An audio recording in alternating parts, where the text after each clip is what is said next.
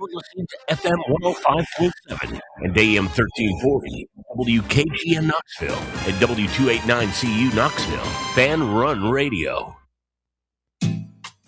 Surfside is made with vodka, real tea, and real juice, and has only 100 calories, 2 grams of sugar, and 0 bubbles. That's right, no bubbles, no troubles. That's why Surfside was named the 2025 Spirit Brand of the Year by MarketWatch. Their variety packs come with options: iced tea, lemonade, or green tea. Find your flavor by trying them all. Surfside, sunshine in a can. Must be 21 or older to enjoy. Party smart. I am untethered and I...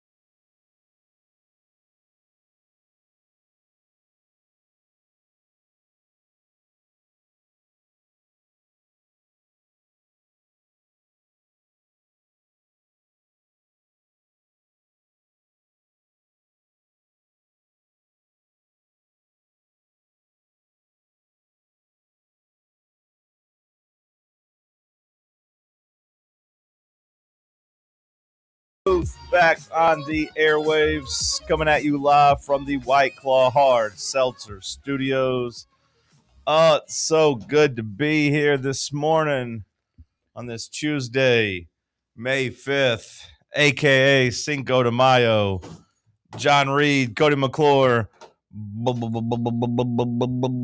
News Bubba, looking good of what I can see of him. I can barely see him with that beautiful camo on. Looking sharp. Cody McClure, how are you, my friend? I don't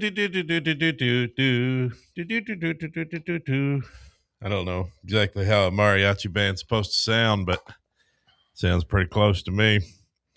I'm okay. I mean, happy Cinco de Mayo. Feels kind of insensitive to come in with a mariachi band after what I saw yesterday, but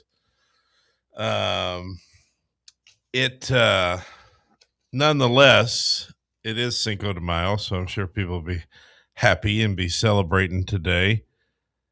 But I saw something yesterday off Merchants Drive that was terrible, and I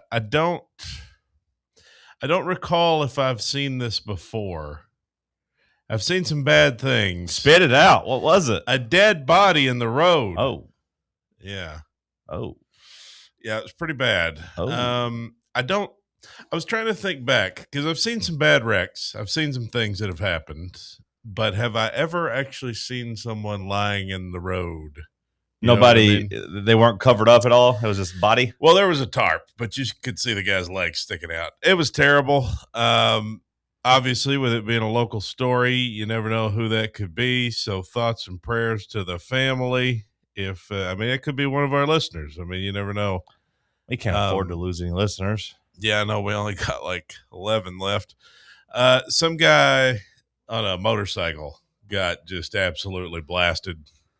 And, there were like 50 people standing out there, looking. It was rough. So anyway, hope he's not okay, but I hope the family, if it's somebody's son or father or something, uncle, so Sad to see, but yeah, that was a real eye opener for me yesterday. And then, what do you know? After that, like 2 hours after that, I'm sitting at a stoplight. These speed bikes come through, like just zooming right through the light, and one of them ran the light. And I literally could have had I not been looking, I literally could have hit one coming through. I don't know what it was yesterday with the motorcycles out there, but to any of our bike riding friends, stay safe. It's not something for me. My stepdad's rode them my whole life, but it's just not something for me because you can't. It's the other people on the road. You don't know what. Even if you do everything right. Yeah, my freshman year coming back from the lake one night, I saw a motorcycle guy laid out on the pavement. Yeah, on one of those back roads. Came flying up on somebody that was trying to turn left. Then he tried to pass him on the left. An old couple wasn't really paying too much attention. Got him. So yeah, from that age on, really, I never was fascinated with the bikes for that reason. I've always been a little afraid of them. Yeah, I mean, hey, people love them, and I understand there's probably a great freedom to it as a lover of the open road myself, but it's just, I don't know, it wouldn't be worth it to me, I don't think, because I've seen too many idiots on the road. Well, you wouldn't be able to stay up on it anyways. They make big boy bikes where you can, I could get on a big boy bike. I think you could ride a Harley. The big yeah, handlebar. I think you could get on it. I don't think you could really ride one. I mean, I've never been very good at it. Yeah. I don't think you'd be very good at it either. I don't get on there. I've been on like some mopeds and dirt bikes, and like I definitely turned some dirt bikes over when I was a boy. I didn't really like riding the moped. Last time I rode a moped, I guess I was in Key West, Florida. That's a good place to ride one. Yeah, getting up and down those streets on a moped, and I didn't even much care for that too much. Yeah, I said I'm good. I'll just take the bicycle. I was never very good on those either. Honestly, me neither. Bent frames. What do you do? Like, what do you do when the frame bends? How do you fix it? When the bike frame bends? Yeah. I don't even know what that means. Every time I've ever gotten on one, my wheels end up like stiff. Like they're like warped. Okay. Because the frame bends when I get on there. You don't have that problem? Not that I've really noticed. Yeah, okay. Bubba, you good over there this morning? We're holding on like a hubcap in the fast lane, John. Amen to that, brother. You look good. You sound good. I hope you feel good. Thank you. Yeah, I mean, this inward half, they got a new winter collection. Once I get paid. No. Oh, it's not new. Well, it's not winter. I thought they had a winter of 26 or 25. I don't know. I was looking at the website. Oh, yeah, and they probably put a winter of 25 out in the winter of 25, but brother, look at the calendar. It's not winter time anymore. Brother, I live on my own terms. I know you do, but I'm just trying to help you. Regardless, I had a nice little blue polo I was looking at. I said, ooh, I look good in that. So yeah. Paycheck comes around. That thing's going in the cart. That thing's going in the cart. Whenever you get that umpiring money, it's time to splurge. Whenever that day happens. Hell, they might have fired you. Have you ever seen Office Space?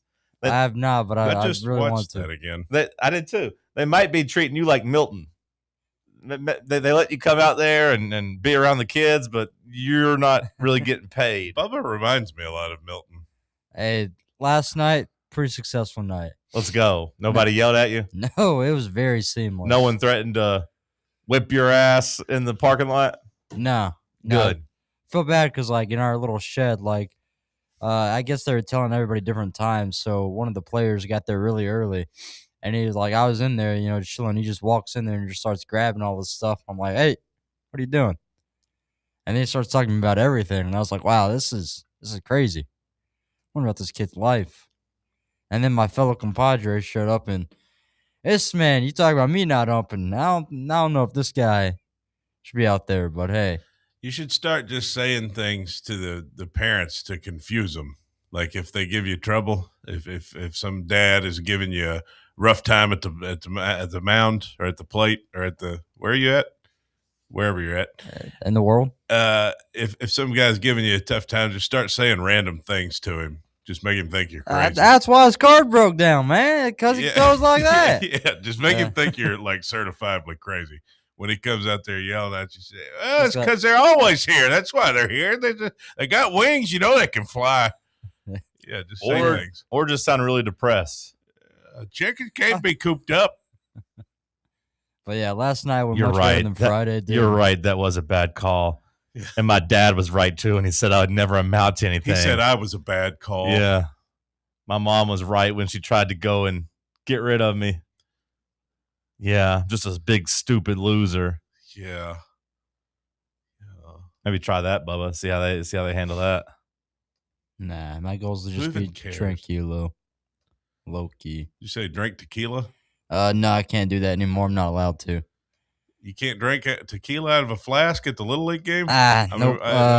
Is this a free country or not? He said I can't do that anymore, which implies that he used to do it. Look, I had a bad experience at Soccer Taco after the Vols football Yukon game. Sure. A couple of years back. Embarrassed myself in front of the whole, downtown area. Hell, speaking of not being a free country, I noticed the other day I couldn't even bet on horses. What the hell's the deal with that? Kentucky Derby didn't matter to me. Yeah, every year there's a reminder that Tennessee can't do it. Apparently, there's one like Twin Spires or something that maybe you can do it on. I see some people talk about doing it on there, but I actually appreciate it because I'm not gonna win betting on these damn horses. I see a good looking horse. I want to be able to bet on him. Sure. I mean, I watch one horse race a year. I don't even watch it, but sure. Still, I want to have some action. You didn't want to be left out. I get it. On Derby Day, I understand. I'm sitting there in my silk upholstered chair. I mean, I want to, make some bets on Kentucky Derby Day. I'm sorry that didn't work out for you. You wouldn't have bet on the woman trainer though. I wouldn't have known whether there's a woman trainer or a man trainer. That's true. I wouldn't have known. Fair rebuttal there. Yeah, and I probably would have bet on something with long odds. Probably wouldn't have picked the right one, but you never know. Speaking of betting, I heard the worst radio show ever. Okay. The worst radio show, and I'm a bit of an expert because we do a radio show. I know radio. I listen to a lot of radio. I appreciate and love radio as a medium. I heard the worst radio show ever. R.I.P. to the G.I. Jake show. Pour one out. I heard, because we've been off the air, Sure. We're streaming only right now as we get everything fixed over here, internet wise. And so we are back on the app. Yeah, we're on the app. Yeah, we're on the app and YouTube, but we're not on the air. And so, a lot of times I drive around listening to us in the evening. Sure. And we were on the air, like Fox National was on, but for some reason it had cut out. And nonetheless, no need for the backstory. I had it on the Animal, and their evening show, like, I'm not talking about the local one, but when they go national, it's awful. That BetMGM, it's a BetMGM sports show with some guy in Vegas, and it is the most obnoxious, terrible radio show I've ever heard.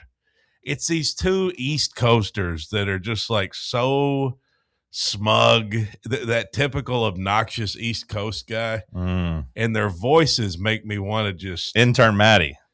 No, I love Intern Matty. He's a Florida guy. Yeah, but he sounds like an East Coaster. Yeah, he's definitely one of those Jersey transplants that moved to Florida. And like he's Florida now, but like definitely in his past. Right. Like, grandparents or somebody moved from Jersey to Miami. Yeah. But no, it's not like that. It's that accent. We had a kid who interned here that had a similar.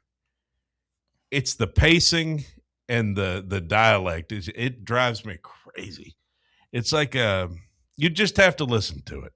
You just have to listen to it, and I want you to hear it because it really bothers me. Well, do you know the name? Some guy named Pat Boyle. And Pat Boyle. Didn't that guy used to play football? The other guy, no, this guy's like douchebag general in chief. You sure somebody that didn't used to play radio? That used to play football? No, this guy didn't play football. Okay. I mean, I don't know that, but he wears like a sweater vest with a gold chain. Just looks like a total douchebag. But it's him, and then the other guy is worse. The other guy is Brad. Is it Brad Evans? This guy does look awful. I mean, it is the most god awful. It's just those. They were the guys I was telling you about. They kept talking about the tournament, the NCAA tournament, like a couple months ago. But There we go. I got their video pulled up right now. it's not that what they're talking about is bad. It's that I hate listening to them.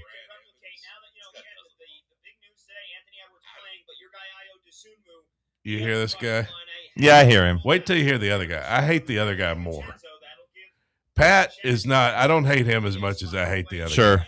The other guy's Brad, I think. Okay. Yeah, I was going to say, Pat doesn't sound too bad. I mean, he annoys me too. But the other guy, I can't stand the guy. Yeah, I don't love this guy's voice.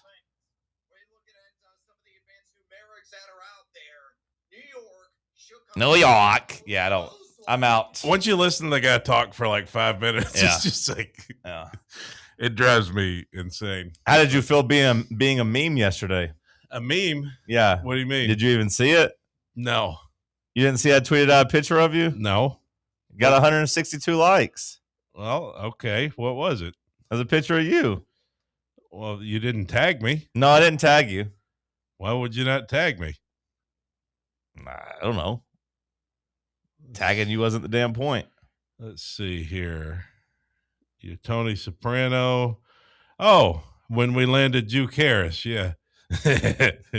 Yeah, that's a good one. Few people have ever looked as happy as you do in this one right here. Why does this look like a stock photo from a picture frame in Walgreens? It does. It really does. It's good.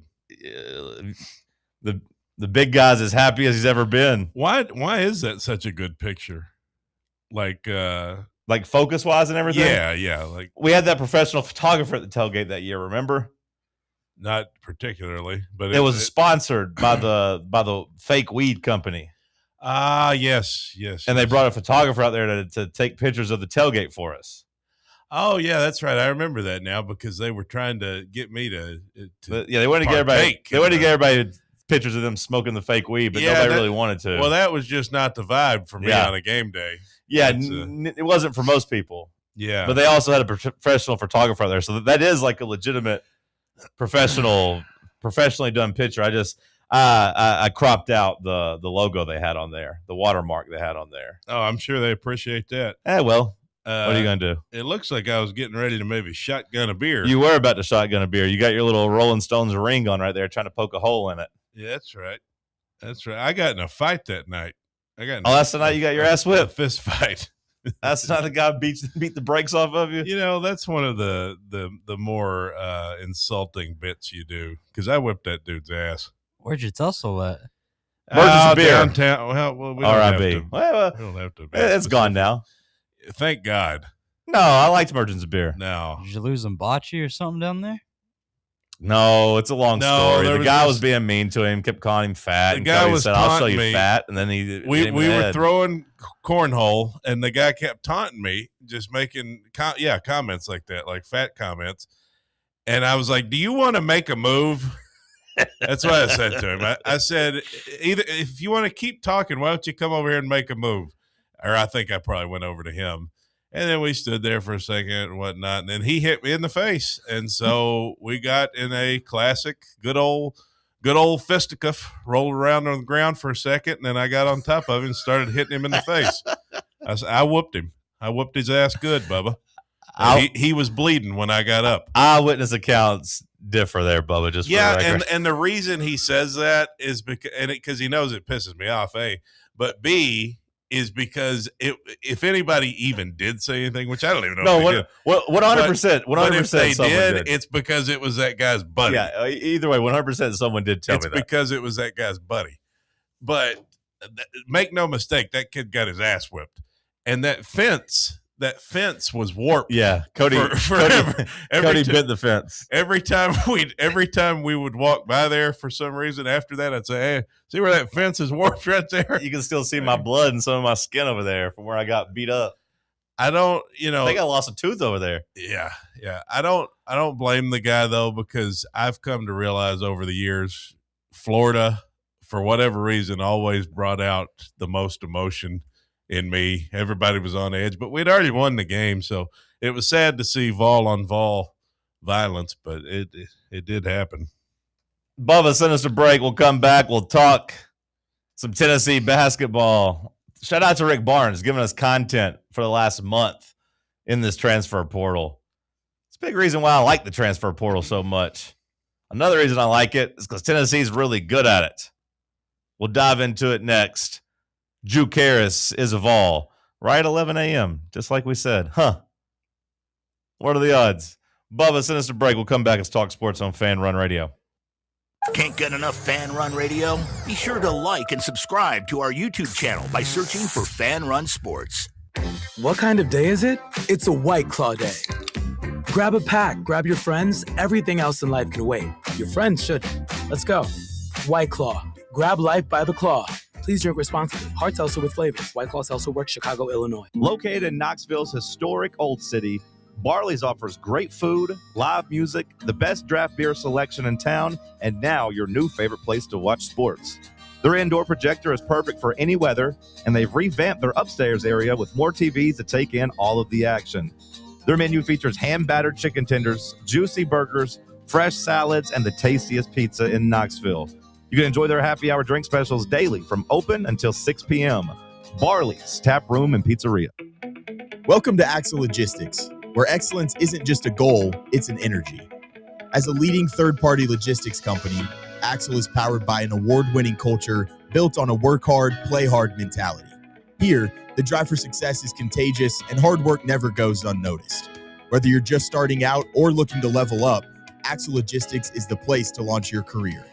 Join us and take your ambition to the stars. To learn more, visit axlelogistics.com. Hey, Vols fans, Cody Brown here. I grew up right here in Tennessee and know what it means when someone says, I've got your back. That's why you can trust Farm Bureau Insurance of Tennessee. Whether it's your home, your vehicle, your family's future, or the business you built from the ground up, we will show up for all of your insurance needs. We are Tennesseans who understand what matters, which is doing right by you. Insurance is not all about just paperwork and policies, but it's about the people we insure every day. So if you want insurance that hits home, give me a call at 865-992-3871. Go Vols. Good morning, Knoxville. I'm Aiden Sidoti, and this is your Talk Sports update for Tuesday, May 5th. Tennessee baseball is back at Lindsey Nelson Stadium tonight at 6 p.m. Eastern, hosting Presbyterian after dropping 2 of 3 on the road at Kentucky over the weekend as the Vols look to bounce back at home. In the MLB, Detroit Tigers ace and 2-time defending American League Cy Young Award winner Tariq Skubal will undergo surgery to remove loose bodies in his elbow and is expected to miss an extended amount of time. And in the NBA, Jalen Brunson scored 27 of his 35 points in the first half as the Knicks dominated the 76ers 137-98 to take Game 1 in New York. For the latest news on all things Tennessee athletics, head over to fanrunradio.com or check out the new Fan Run Sports app. And now back to you guys in the studio.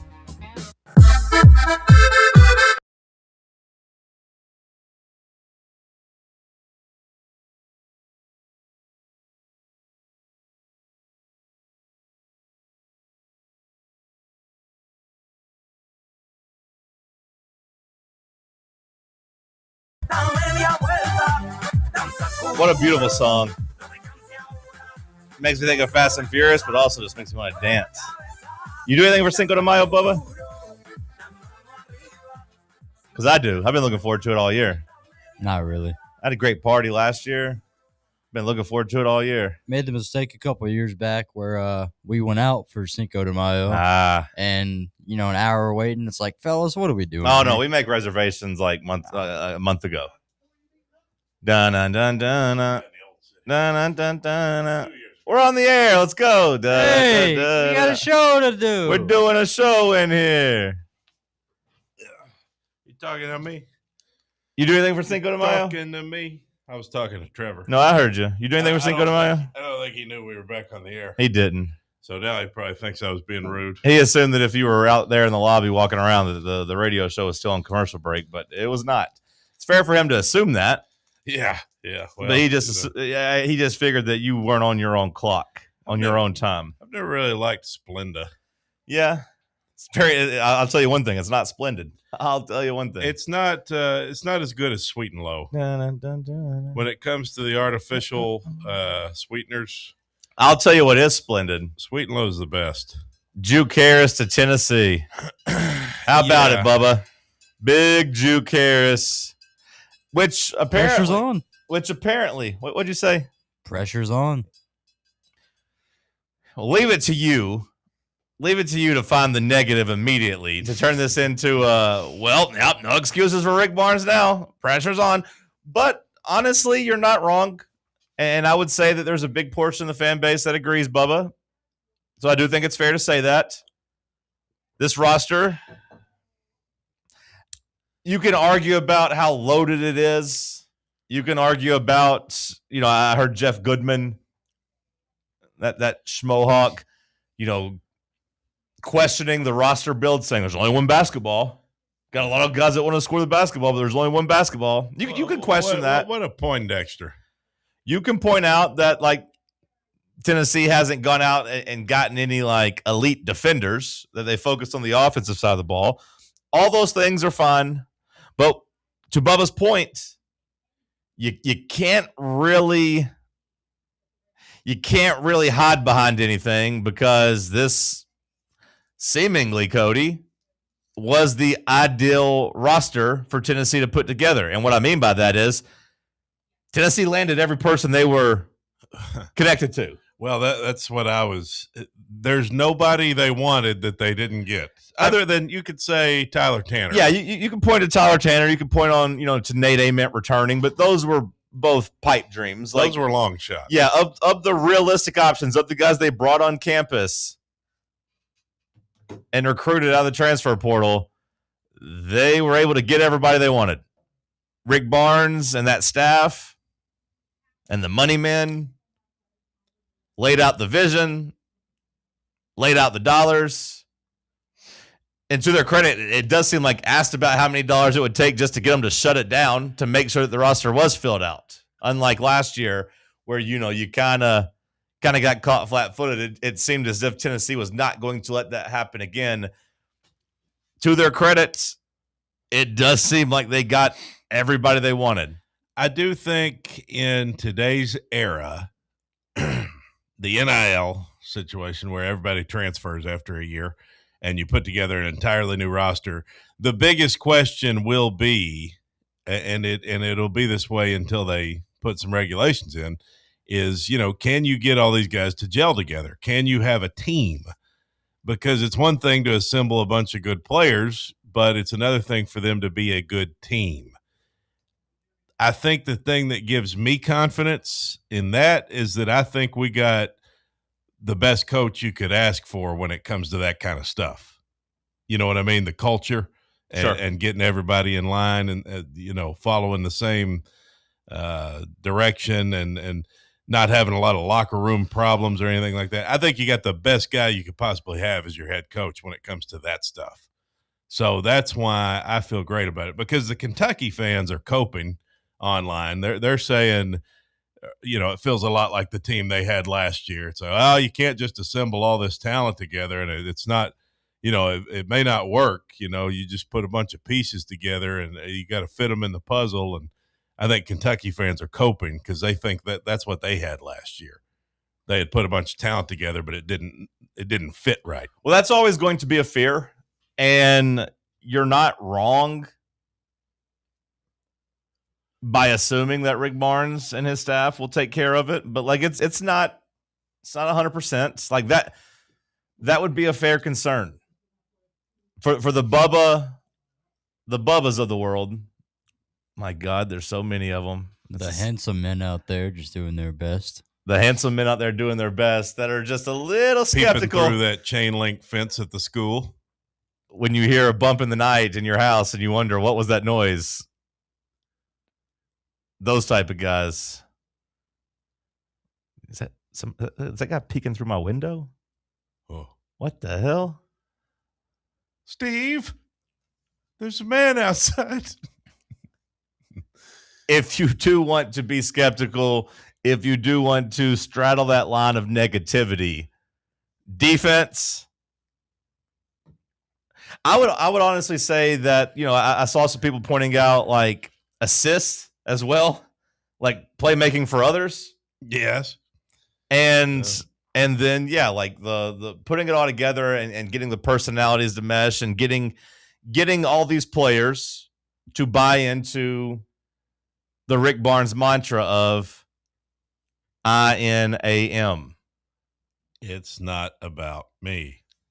You got to get those players to buy into that. Now, I would hope that Rick Barnes, who's done a really good job at that over the years, has laid out clearly the expectations for every player if they come here. You would hope that every player has realized that they might have to sacrifice a little bit for the greater good. You see Kim Caldwell's quote last week where she was basically like, you know what? Yeah, I messed up last year. I was just chasing recruiting rankings. Yeah, she admitted to it. I was just looking to see who the highest ranked players were, and I didn't really care about how they fit or their personalities. I just said, hey, give me the best players possible. We're trying to take this thing to the next level. And that was a mistake. I don't really get the vibe that Rick Barnes makes those type of mistakes. So, like, I understand the people that are skeptical of it, but like Cody, I believe in the culture. I believe in that more than anything. And the culture starts with Rick Barnes. Like, he is the culture. Players can come and go. It's nice to have players be, holdovers. It was nice to have, multi-year guys in the program that could talk to the players on a personal level, as a peer level, and, hold them accountable there. But ultimately, with no disrespect at all intended to Zakai Ziegler and Jemai Meshack and Josiah Jordan-James, those guys are obviously very, very important to the program. But with all due respect to them, the culture is Rick Barnes. Yeah, and I think Barnes is he's above bringing in knuckleheads. Like, not to say he's 100%. Occasionally there'll be a guy that gets rubbed the wrong way or whatever, can't handle the heat in the kitchen, and a DJ Burns or something like that. But I mean, I don't think Barnes would bring in a bunch of knuckleheads. Like, yeah, all these guys are kind of scorers and are going to want the ball, but I don't think he would recruit kids that or transfers for that matter that he thought would be a problem. And like you said, it's not 100%. Like, it's not going to be, it'll be a challenge. There'll be some challenges, but I just believe in that more than I do anything when it comes to Barnes. Is you're going to have a team. You're going to have a team that likes one another, that loves each other, and they're there to compete with their brothers, Well, the hope is that everyone is here for one goal as well. Yeah. The hope is that everybody is here to raise their profile, play winning basketball, and compete for a national championship. And by proxy of that, of course, try to get Tennessee to its first ever Final Four. And if you do have too many Chiefs and not enough Indians, as they say, I don't think you can say that anymore. The old expression goes. Yeah. If that is the case, then, if you run into a situation like that, you just got to figure out how to manage it. And I think it's a better problem a good problem to have in a way. You'd rather have too many guys that want to score than guys who can't score or won't take shots. Well, there is something to that, of course. There is something to that. Now, I do love the players that buy into the gritty role, the team role, that are willing to go out there and not really score and play defense and just try to blend in. So, like, somebody on that team is going to have to take that role, because I don't think a team can be successful if everyone is just out there trying to score. Like, you do have to have a hierarchy, and you do have to have some guys that are willing to do the little things. Like, I do fully believe that. Now, maybe that guy willing to do all the little things is going to be Dwayne Brown. You like maybe your one holdover will be the guy that's like, hey, I'll sacrifice. They pay me. I love this place.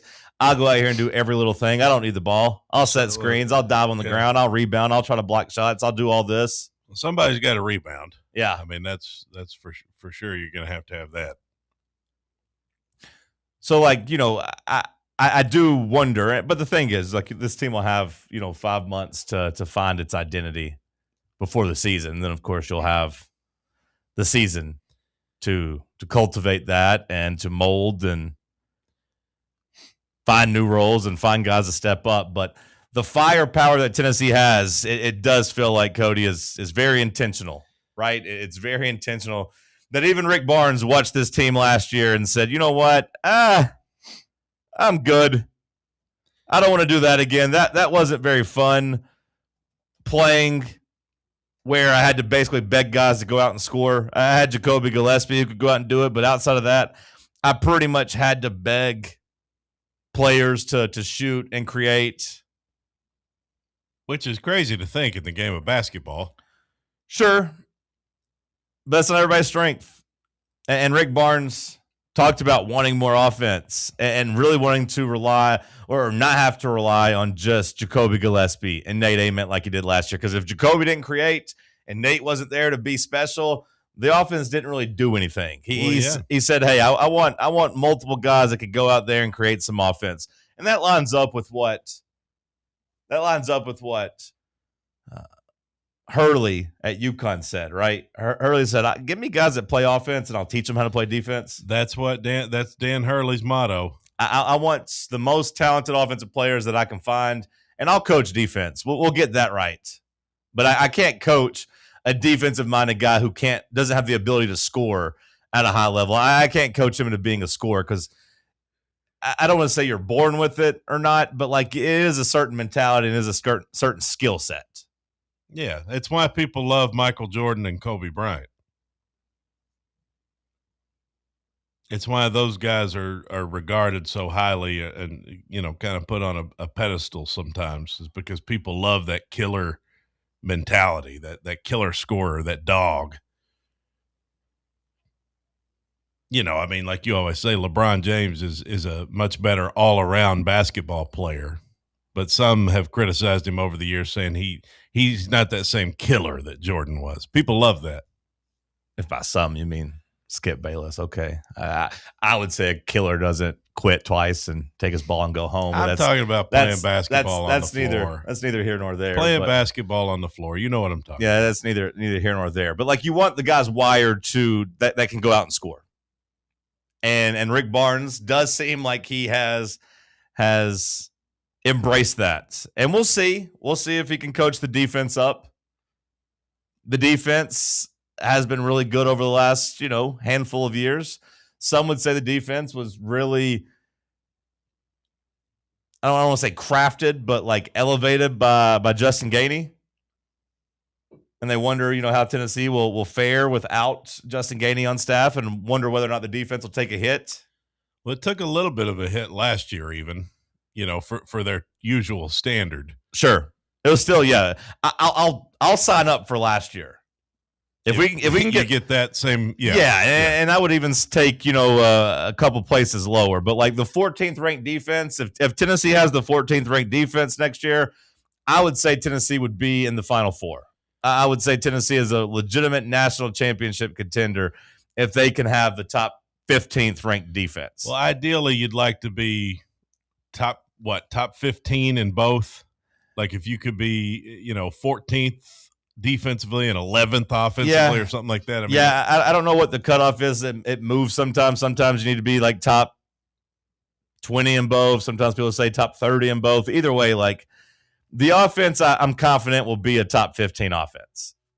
And that doesn't mean it'll be 13th, 14th, or 15th. It could be higher. But like there are too many good offensive players for this offense not to work next year. My question will be, where does the defense end up? Mm-hmm. Yeah, you don't want to be like Arkansas, who this last year, I mean, they had a really good year, won the SEC tournament. I mean, they achieved some things, but they could not play defense.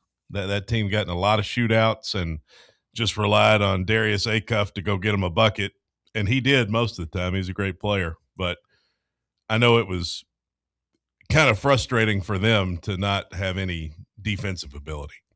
Did you see Bishop Boswell? Yeah, I saw where he William put out that he did the laughing face emoji about Barnes's comments. Yeah. I don't know what he's laughing about. I mean, the guy was not a scorer. I mean, what's there to laugh about? Like, what's funny? We'll dive into that after the break. It's Talk Sports on Fan Run Radio. Here at Fan Run Radio, we're not just some podcaster streaming from his mother's basement, but we're also not a bunch of mouthpieces on state-run radio telling you what we've been told to say. We're the flagship station for Tennessee fans. This is Fan Run Radio, Knoxville. Your Knoxville Smokies are back home all this week, and we've got the best promotions, like kicking off the week with Cinco de Mayo. Then all-you-can-eat Wednesday, Knox Vegas Thirsty Thursday with half-off draft beers, and this weekend, get to the ballpark early on Friday and get your free camo replica jersey. Love gum? Well, good. It's Big League Chew Night on Saturday with post-game fireworks, and we're celebrating Mom on Sunday. It's Mother's Day. Woo! What a week. Reserve your seats now at smokiesbaseball.com.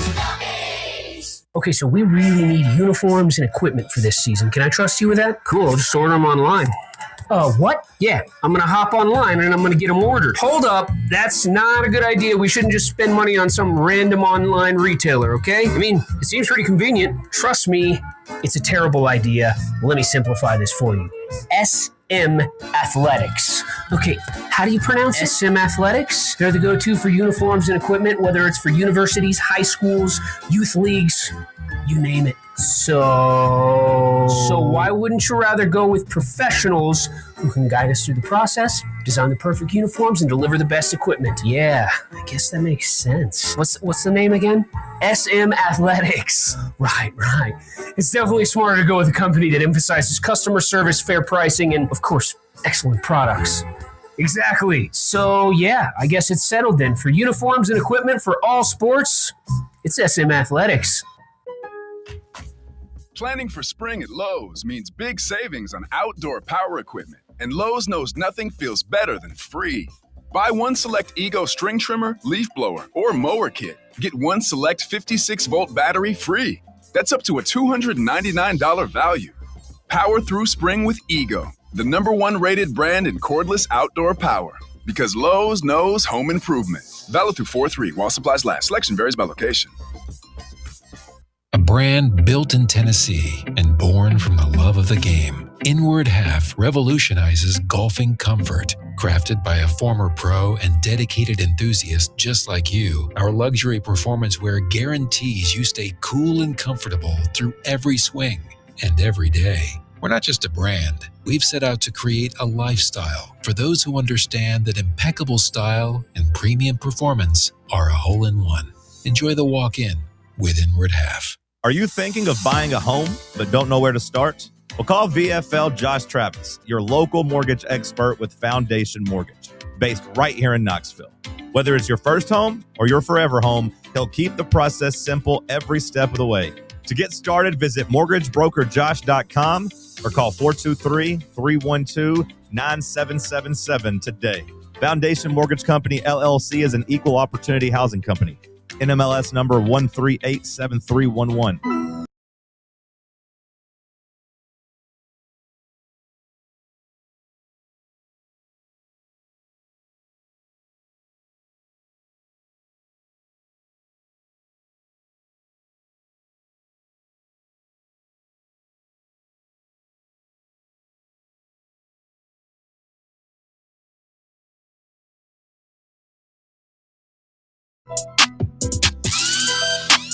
Back in the White Claw Hard Seltzer Studios. Drink the lights, refreshing White Claw Hard Seltzer. Maybe pour a little bit into your margarita today for Cinco de Mayo. There you go, Bubba. A little tequila and White Claw. Responsibly, of course. Bishop Boswell with the crying, laughing emoji on comments about Rick Barnes wanting multiple playmakers. According to William, the comment has since been deleted. Yeah. So it seems like as if Bishop Boswell got in his feelings a little bit and then thought better of it and took the high road. Well, Bishop, I mean, he was He tried out there. He played hard. He just wasn't much of a wasn't really a baller, you know. Between him and his mama, they've done a lot to try to burn some bridges here. Between his mom posting online and him. Not everybody can be Mama Meshack. Him posting online. I mean, the people that kind of are in the know that talk to me about some of this stuff went as far to say that Boswell really went out like a diva. Yeah. Like when he left Tennessee. Like basically like turned the coaching staff off and just upset them and just acted kind of like I said, a diva, a jerk. Fine then. You don't want me? I'll take my ball and go to Maryland. Meh. Now, I will say, to Bishop Boswell's credit, he did have some moments last year. Like, I don't think you beat Virginia without Bishop Boswell in the second round. Like, I think he had a good game in that game. He was pretty damn good in it with 13 points and 9 assists. So, like, I do think there was some talent there, and I do think there was some ability to do some of the stuff that Rick Barnes has said he's looking for. The problem was Boswell just didn't do it enough. He was just too inconsistent to the point where you and I, Cody, before every game would just say, hey, if Boswell can give us 8 points, we'll be over the moon. Over the moon. We'll be really happy. We'll lock it in. Yeah, because, I mean, that's what you needed all year was a third guy that you could rely on just a little bit. Yeah. And it seemed like, you know, the talk on the streets was kind of that Barnes basically had to kind of like beg him to score, you know, or shoot the ball. Now, look, try to do something. I believe in being fair. I believe in telling both sides. I don't think it's a good look for Bishop Boswell to be, you know, commenting things like this on Tennessee stuff. But I got to say, if I was Bishop Boswell and I was one of these players that left, I think I'd feel a certain way about it too. Like it does feel like Rick Barnes, whether intentional or not, it does feel like he has taken a couple shots at last year's team and last year's players that left. Is that fair to say? Yeah, he kind of has. But between, you know, that comment about not wanting to rely on one or two guys, production over retention. Right. Like it does feel like Rick Barnes has gone out of his way to say the quiet part out loud. Last year's team wasn't offensively talented enough. The guys who left last year, who transferred out after last year, I should say, he's not really going to miss them. Well, and I think you see that Barnes was quite comfortable with when it came to those negotiations that would have happened right after the season ended. He was pretty comfortable in just letting everybody walk. Like they would have made some money. I'm sure he would have liked to keep a couple of the guys. Yeah, I think if he got his choice, he would have kept Evans and JP Estrella, of course. But in today's era, they probably just wanted too much money. And Barnes knew that he had a kind of a war chest to play with, and I think he took a chance on thinking he could get some better players, and it looks like he has done just that. Where we're at today compared to where we were a month ago, you know, I mean, I think everybody feels better about our basketball program right now. Bubba, you're usually pretty negative. Do you feel good about this team and this program with where they're at right now? Is it wait and see? Do you think they'd have been better off bringing these players back from last year? I mean, the only players we wanted back from last year we can't get because of our eligibility. Sure. And maybe one who went elsewhere, a.k.a. Amari Evans. Yeah. But, I mean, good news is, John, we got a team. Yeah. We got players on the roster. Yeah. Bad news is we have no idea how they're going to mesh together. Okay. But, like, just you as you sit here right now, are you more excited, less excited, the same amount of excitement? I'm not as excited as I was last season. Okay. Just because there's no lottery pick. There's no hometown hero coming in here and you're just like, oh, I'm fired up for this kid. And I think that's fair. Like, I don't think we need to rewrite history. The season wasn't very exciting. The season wasn't always great. But I do agree with you, Bubba. In the preseason, I was pretty fired up for Nate Ament and Jacoby Gillespie. So I do think that's fair to point out. Overall, though, I mean, it's pretty positive here. You know, a lot of these guys, you're looking at the stats at least, and going back over some film, and it's like, oh, these guys, there's some ballers here, you know? Some of these guys, like, you know, Terrence Hill plays really good against competition, you know, above his level, some would say. So that fires you up, and being able to give some of these guys a bigger platform and more resources and, you know, a better opportunity to showcase their skills. Hopefully it all clicks for them, because it seems like, you know, staff down there, Lucas Campbell and company, know what they're doing. Yeah, it's a big win for Lucas Campbell and the analytics department at Tennessee, who you know Barnes gives credit for being locked in and kind of leading the charge on these things. Now we have to put it together and see how it goes. But Cody's right. Like I think people were pretty frustrated with the product last year. But I give Rick Barnes credit. It seems as if he was frustrated with the product last year too.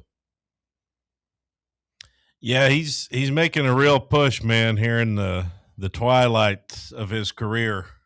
He you know that he's hungry. I mean, with 3 straight Elite Eights, it's like how the Buffalo Bills must have felt back in the day, you know, going to all those Super Bowls, being right on the doorstep of one of the truly respected. And I mean, we are respected.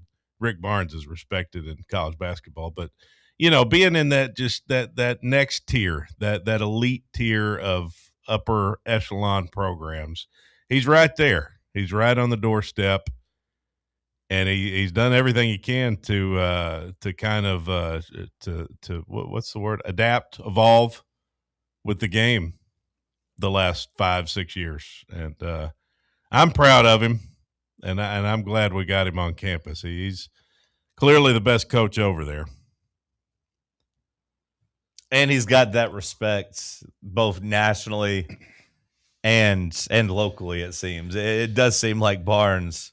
It seems like the Scrambled Jake's free breakfasts when he thought about going to UCLA turned out to be worth it. You know, he might have made some real good connections over there that had a lot of money and guys that said, hey, we'll give you all the bullets you need to go out here and fire this gun at a Final Four. At the time, I was critical. You know, I was upset. I was emotional because I thought he wanted to leave us for UCLA, and then just he couldn't get it worked out. But as he would tell you, God works in mysterious ways. Well, I'm happy Rick Barnes is here. I'm happy that Tennessee and the powers that be and the big money people care about basketball. I always say it, but I care about Tennessee basketball immensely. To me, I care Immensely. about it. Wow. I care about it just as much as football. I want it to be good. I want Rick Barnes to get that one blemish off of our resume of never making a Final Four. I want him to get back to a second one, because it's kind of a blemish on him that he's only been to one with as many years as he's coached. I do think he's gotten the monkey off his back. You don't hear the Rick Barnes in March jokes anymore. I think he's kind of rewritten that narrative. Yeah, that's out the window. But like 3 straight Elite Eights are cool. But until you get that fourth win in one tournament and get to that Final Four, that's still going to be the blemish. That's still going to be the missing part. That's still going to be everyone's comeback whenever you're talking Tennessee basketball. Yeah, that's still what they're saying in the comments. Yeah. They were making their jokes yesterday when we got Juke Harris. They're saying, wow, this should be a great they should have a great run to the Elite Eight now that they've added Juke Harris. All the other fans making their little jokes. Which, I mean, that's fair, but Yeah, also like it's fair.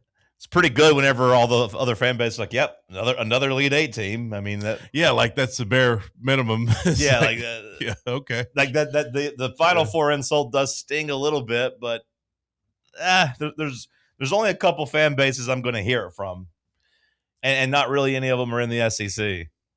Well, you just said that you care about basketball as much as football, and to me, that's a testament to just what Barnes has done here. Because Sure.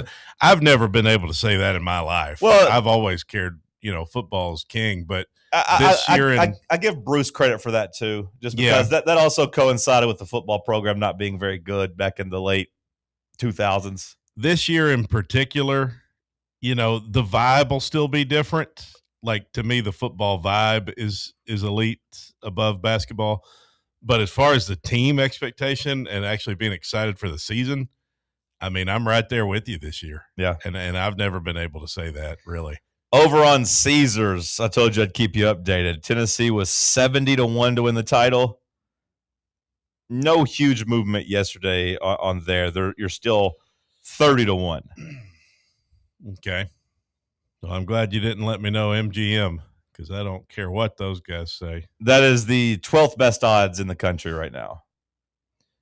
Bob let me know that Pat guy on that radio show actually played college basketball at Northwestern. So he was a college athlete. I guess I was thinking of Tim Boyle. Tim Boyle's an NFL quarterback. Oh. Well, no, this guy's Pat. On FanDuel, Tennessee's 25-1. Doesn't seem like Bob's a big fan of that show either. I turned it back to the static. I said I'd rather just hear the static on 1340. That's tied for the 10th best odds. You're tied with Gonzaga, Michigan State, Texas, and Kansas. So you're there, right there on the outskirts. You've positioned yourself to be a top 12, top 15 preseason team. Hour one of the books. Looking off hour two with some news. Cody the Newsman. Got a fresh batch of headlines for you. Stick with us right here on Fan Run Radio. The flagship station for Tennessee football. Fans. Fan Run Radio. Blackford Veterinary Surgery Referral specializes in surgeries not regularly performed by your pet's general veterinarian. They're currently accepting referrals from vets all across the country. With their newly renovated state-of-the-art surgery center and highly trained staff, clients can rely on professional and thorough care. If your vet says that your pet needs surgery or rehab, ask for a referral to Blackford Vet and let them get your best friend back on its feet. Located conveniently in West Knoxville. For more information, visit blackfordvetsurgery.com. Is your yard starting to look more wild than welcoming? Yeah, don't let your landscape be that house on the block. At ECR Total Landscapes, we make sure your outdoor space is something you're proud of. From de-weeding flower beds to leaf blowing, trimming, mulching, and more, completely customizable to your property's specific needs. We'll handle it all. Why spend your weekends sweating it out in the yard when you can just sit back and enjoy it? That's the ECR difference. And right now, new customers can get 10% off your first month of our monthly maintenance package when you sign up for a full calendar year. That's right. Consistent, reliable service at a price that makes it easy to get started. No sweat, no hassle, just a better looking lawn week after week. Call ECR Total Landscapes today and mention promo code FANRUN to save 10% on your first month. Call 865-384-2012 or visit us online at ecrtotallandscapes.com. Citizens National Bank. You want a bank that lets you bank when and where you want to. Your local branch, the grocery store, your computer, your phone, it's up to you. You want people who care about taking care of you and your money too. Citizens National Bank. Banking never felt so good. For the fans, by the fans. This is Fan Run Radio, Knoxville. Running a business, coaching a team, planning your next big event, you need more than just gear. You need SM Athletics and Logo Solutions. Custom uniforms, branded apparel, promotional products, done right, done fast, and built to show off your brand with pride. From local businesses to high schools to major universities, SM Athletics is trusted by winners. Get real service, get real quality, get noticed. SM Athletics and Logo Solutions, where your brand comes to life. Visit smathletics.com and let's build something great together. You're listening to FM 105.7 and AM 1340, WKGN Knoxville, and W289CU Knoxville, Fan Run Radio. Kings guard Amon Shumpert tried to go into the Blazers locker room and start a fight. Say something about the Kings guard? You're listening to Talk Sports. Yeah, I heard Kings guard. What were you saying about it? Well, I mean, do you want the spoiler or? Oh, no. Yeah. No spoiler. Airing every day from 7 a.m. to 10 a.m. Said I watched some wrestling, I watched a couple episodes of Game of Thrones. I was talking about the Kingsguard, and I don't know. I heard Kingsguard and it made me think of Game of Thrones. What were you talking about? when Jon Snow died. Ah! Stop! On 1340 WKGN. Every time you're not paying attention, I come back with a Game of Thrones spoiler. What kind of person spoils things for people who are in the middle of a season? It's like the most inhumane thing you can do as a person. As a radio professional, the rudest thing you can do is not pay attention. You said Kingsguard. Yes, Kingsguard, Amon Shumpert. Oh, I'm sorry. I missed the Sacramento Kings.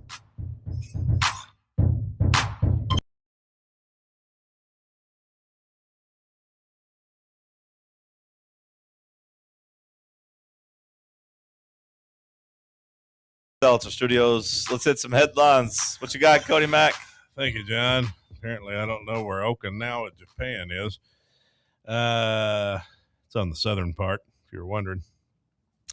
Yep, let's see what the news is, John. How about the Dodgers last night? 8-3 over the Astros. How about it? Wow. Big series this weekend, actually. The Dodgers and Braves going at it. That's this weekend? Yeah.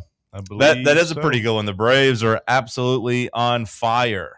Yeah, they've had a good start to the year. Cubs have had a good start to the year, too. They're hitting the ball all over Wrigley. Yeah, the difference there is that the NL Central is somewhat keeping pace with the Cubs. There's only a 2-game lead there, where the Cardinals and I guess the Reds are 3 games back because they've lost 4 in a row. But the Braves have a 8.5-game lead over everybody in the division. Dodgers and Braves, a 3-game series, Friday through Sunday in Los Angeles. Okay. So that'll be exciting if you're a baseball fan. And I know here in our market, there's a lot of Atlanta fans. So get to see the boys test themselves against the best. See where they stack up early in the year. Well, let's see what else we got. In the NBA last night, the Knicks cruise on they stay on a historic roll, crushing the 76ers by 39. Does that make you feel a little better as a Hawks fan that they beat down Philly so aggressively? It's funny you asked that because we didn't talk about that, did we? No. That was what happened. I mean, they must have quit, right? To lose the way they did. No, the Knicks just beat their ass. I mean, I tipped the cap to them. The Hawks, it just snowballed, and they couldn't miss a shot. And look, the Knicks right now have to. It's crazy how quickly things can change. When they were down 2-1, their fans were freaking out. Mike Brown sucked. It was time to trade Jalen Brunson, or at least wonder if Jalen Brunson and Cat could coexist together. McCall Bridges was a bum. Fast forward later, I mean, they blew out the Hawks pretty much 3 straight times. And then, beat down Philadelphia. They look like a tank. And right now, no one else in the East looks very good. So, the Knicks should be heavy favorites to win the East.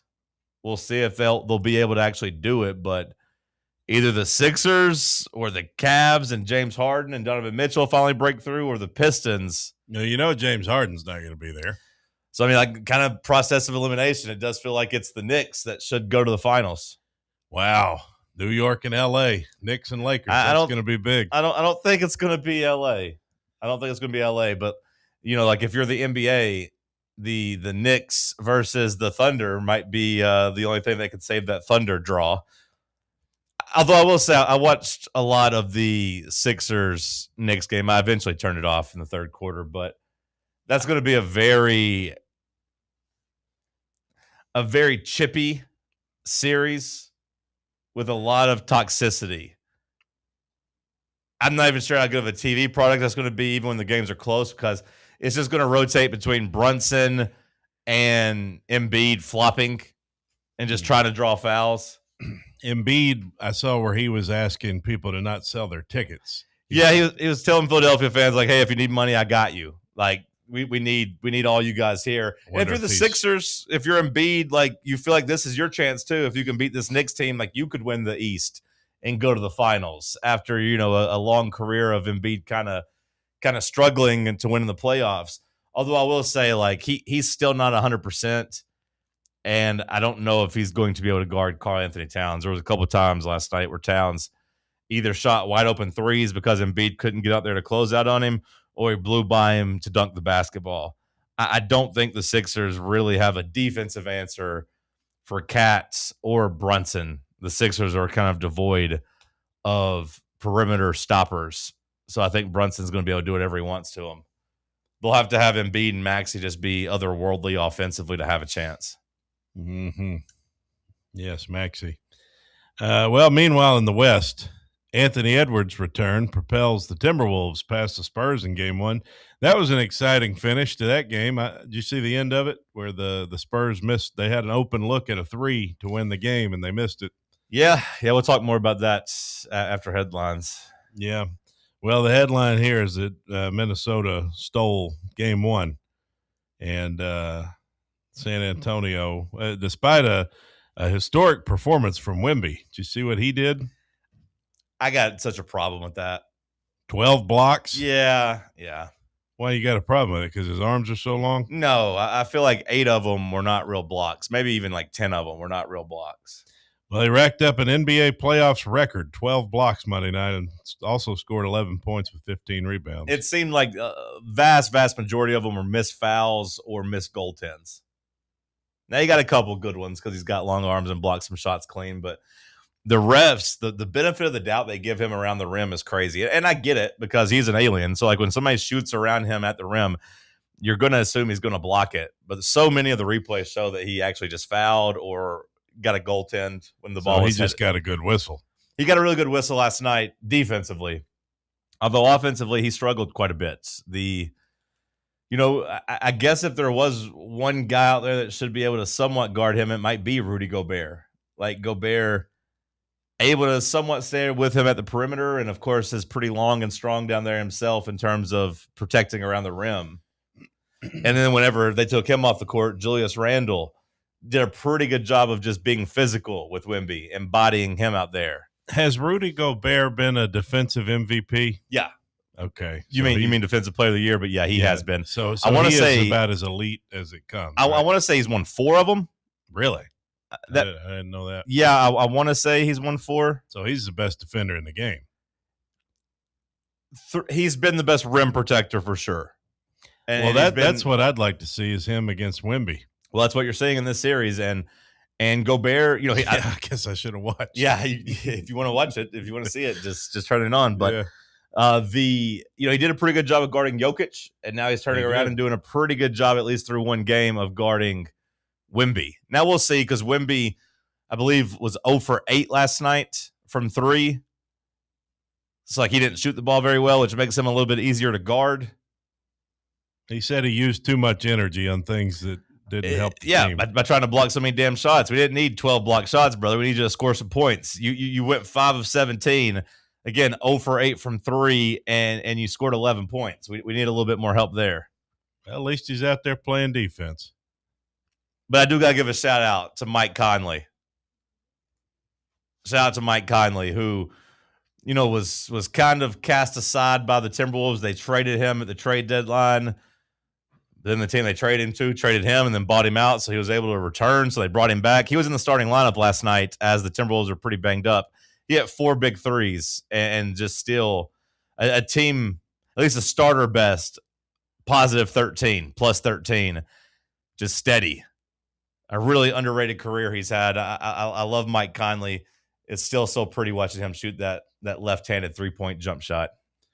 Leave him open from 3, and he's going to knock it down. Shout out to him.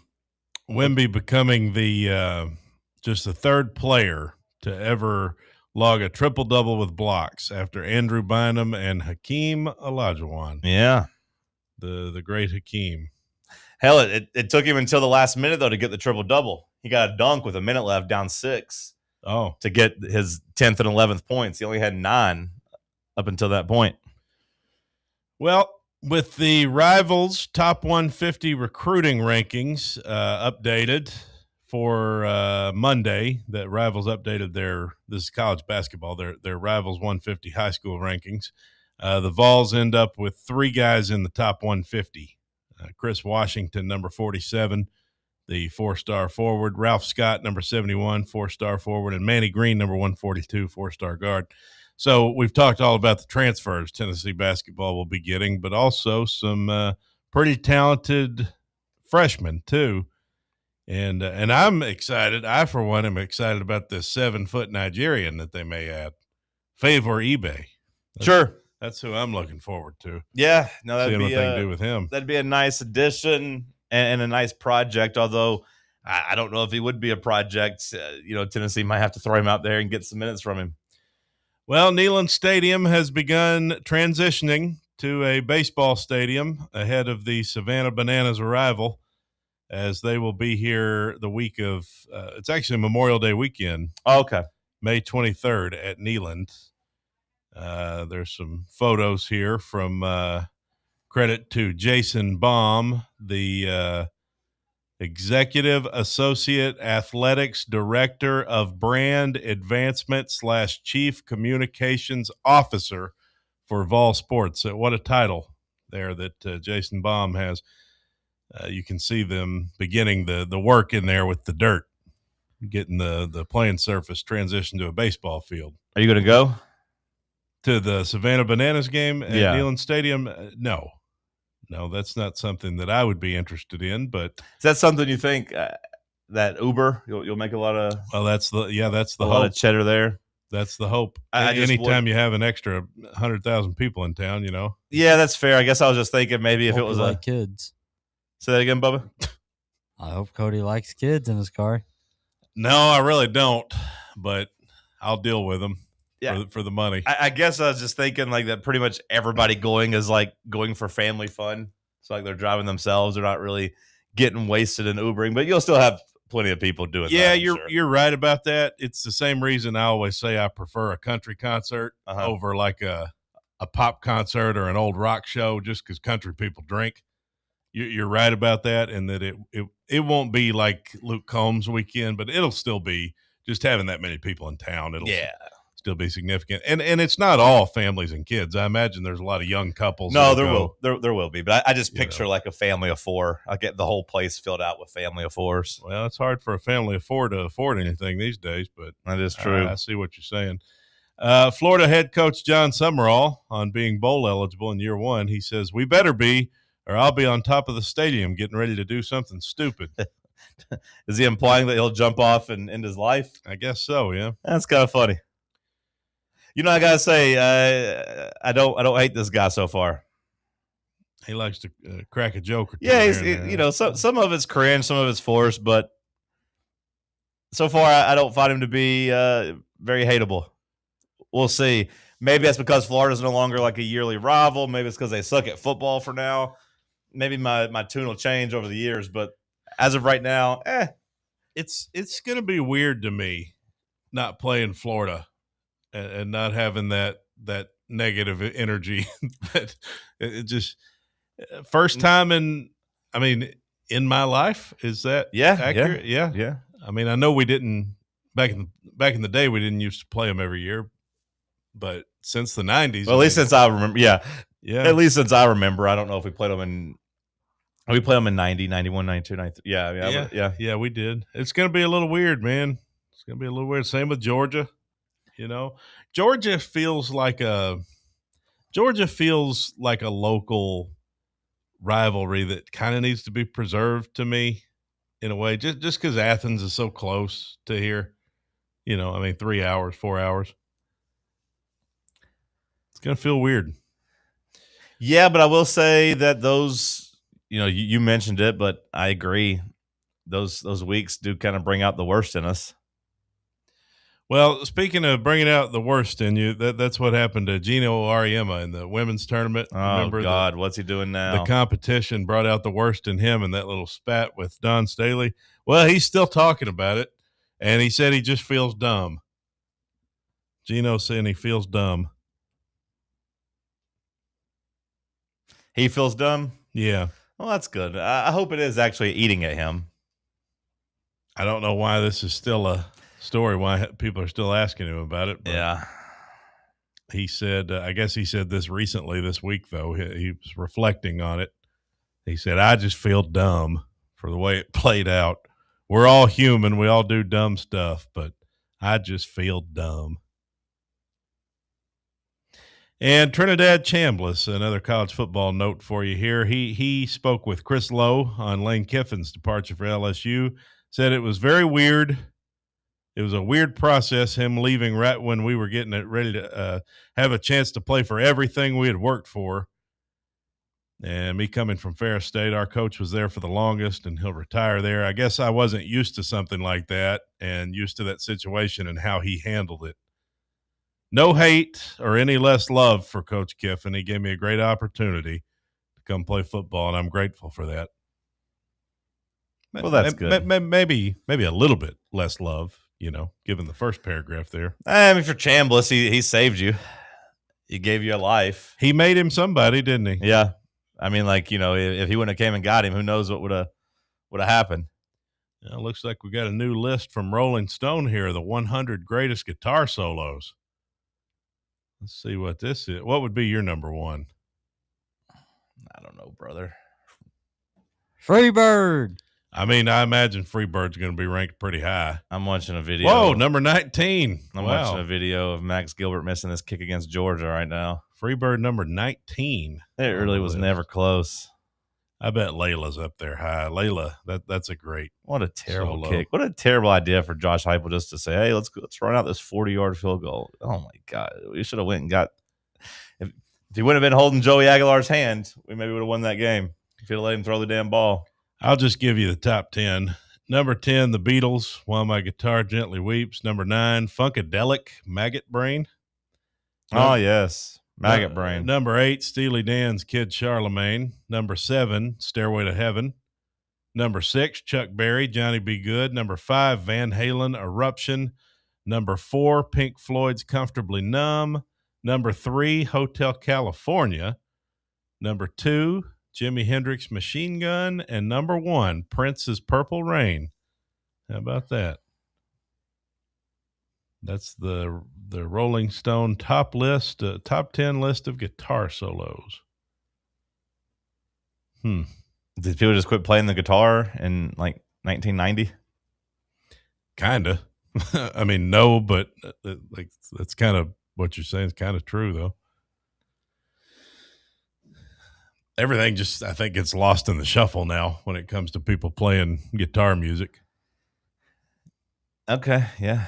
It always kind of annoys me that we just rehash the same 40 songs from the 60s, 70s, and 80s. Yeah. Just they find different ways to list them. Well, I mean, if you're talking rock and roll, it did kind of go out of the mainstream, Yeah. Okay. Any that you would put on there or take out? I mean, I don't really care. I look at solos the way Keith Richards does. Solos come and go, but a riff lasts forever. Okay. I'd have sympathy for the devil up there, probably. Bubba, send us a break. We'll come back. We'll talk some basketball. Let's talk sports on Fan Run Radio. Smoky Mountain Brewery is the place to be for game day. From the moment you walk in, it's wall-to-wall big screens, making Smoky Mountain Brewery the perfect place to watch the Vols or your favorite team in action. With locations in Turkey Creek, Maryville, Pigeon Forge, and Gatlinburg, you're never far away from a great time at Smoky Mountain Brewery.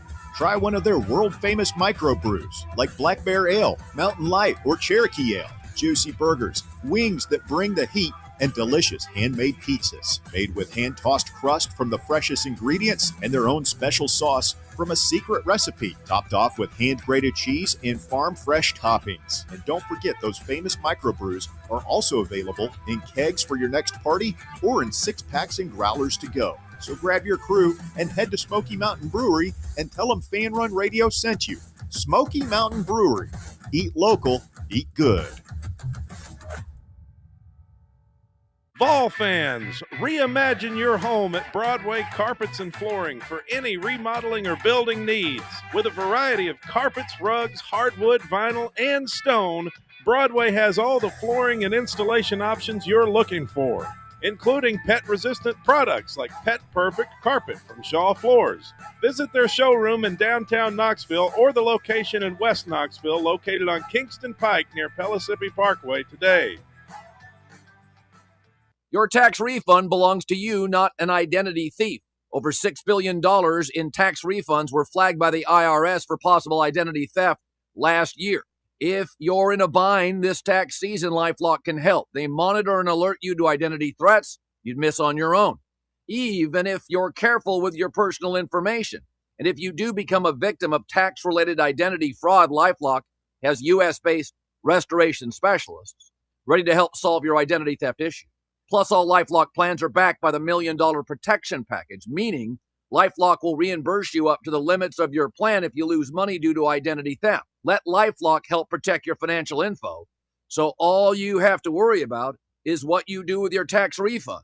Go to LifeLock.com, save up to 25% off your first year. The promo code is HERD, promo code HERD, to save up to 25% off your first year. LifeLock.com. Identity theft protection starts here.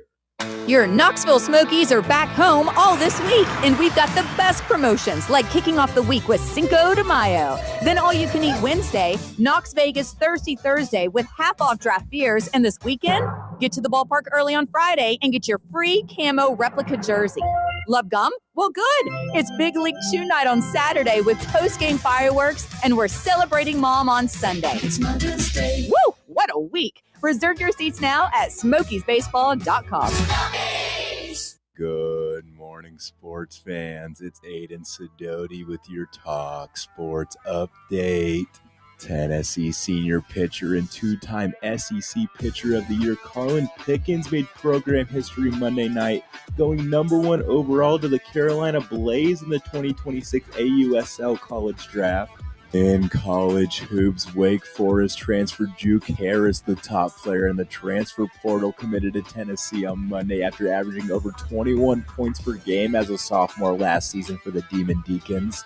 And in the NBA, Anthony Edwards scored 18 points in his unexpected return from injury, while Victor Wembanyama posted a triple-double as Minnesota took down the Spurs 104-102 in Game 1 in San Antonio.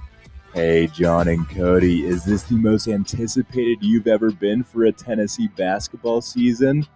Back to you guys in the White Claw Hard Seltzer studio.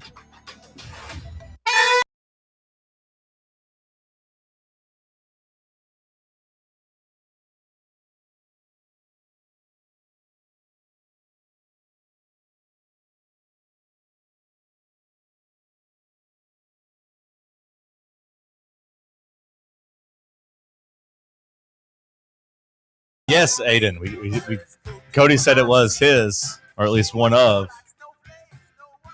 I don't know if it's more than last year or not. We'll see. I was pretty fired up for last year. Nate Ament, Jacoby Gillespie had me pretty pumped. With Felix returning, just never quite meshed to the extent it needed to.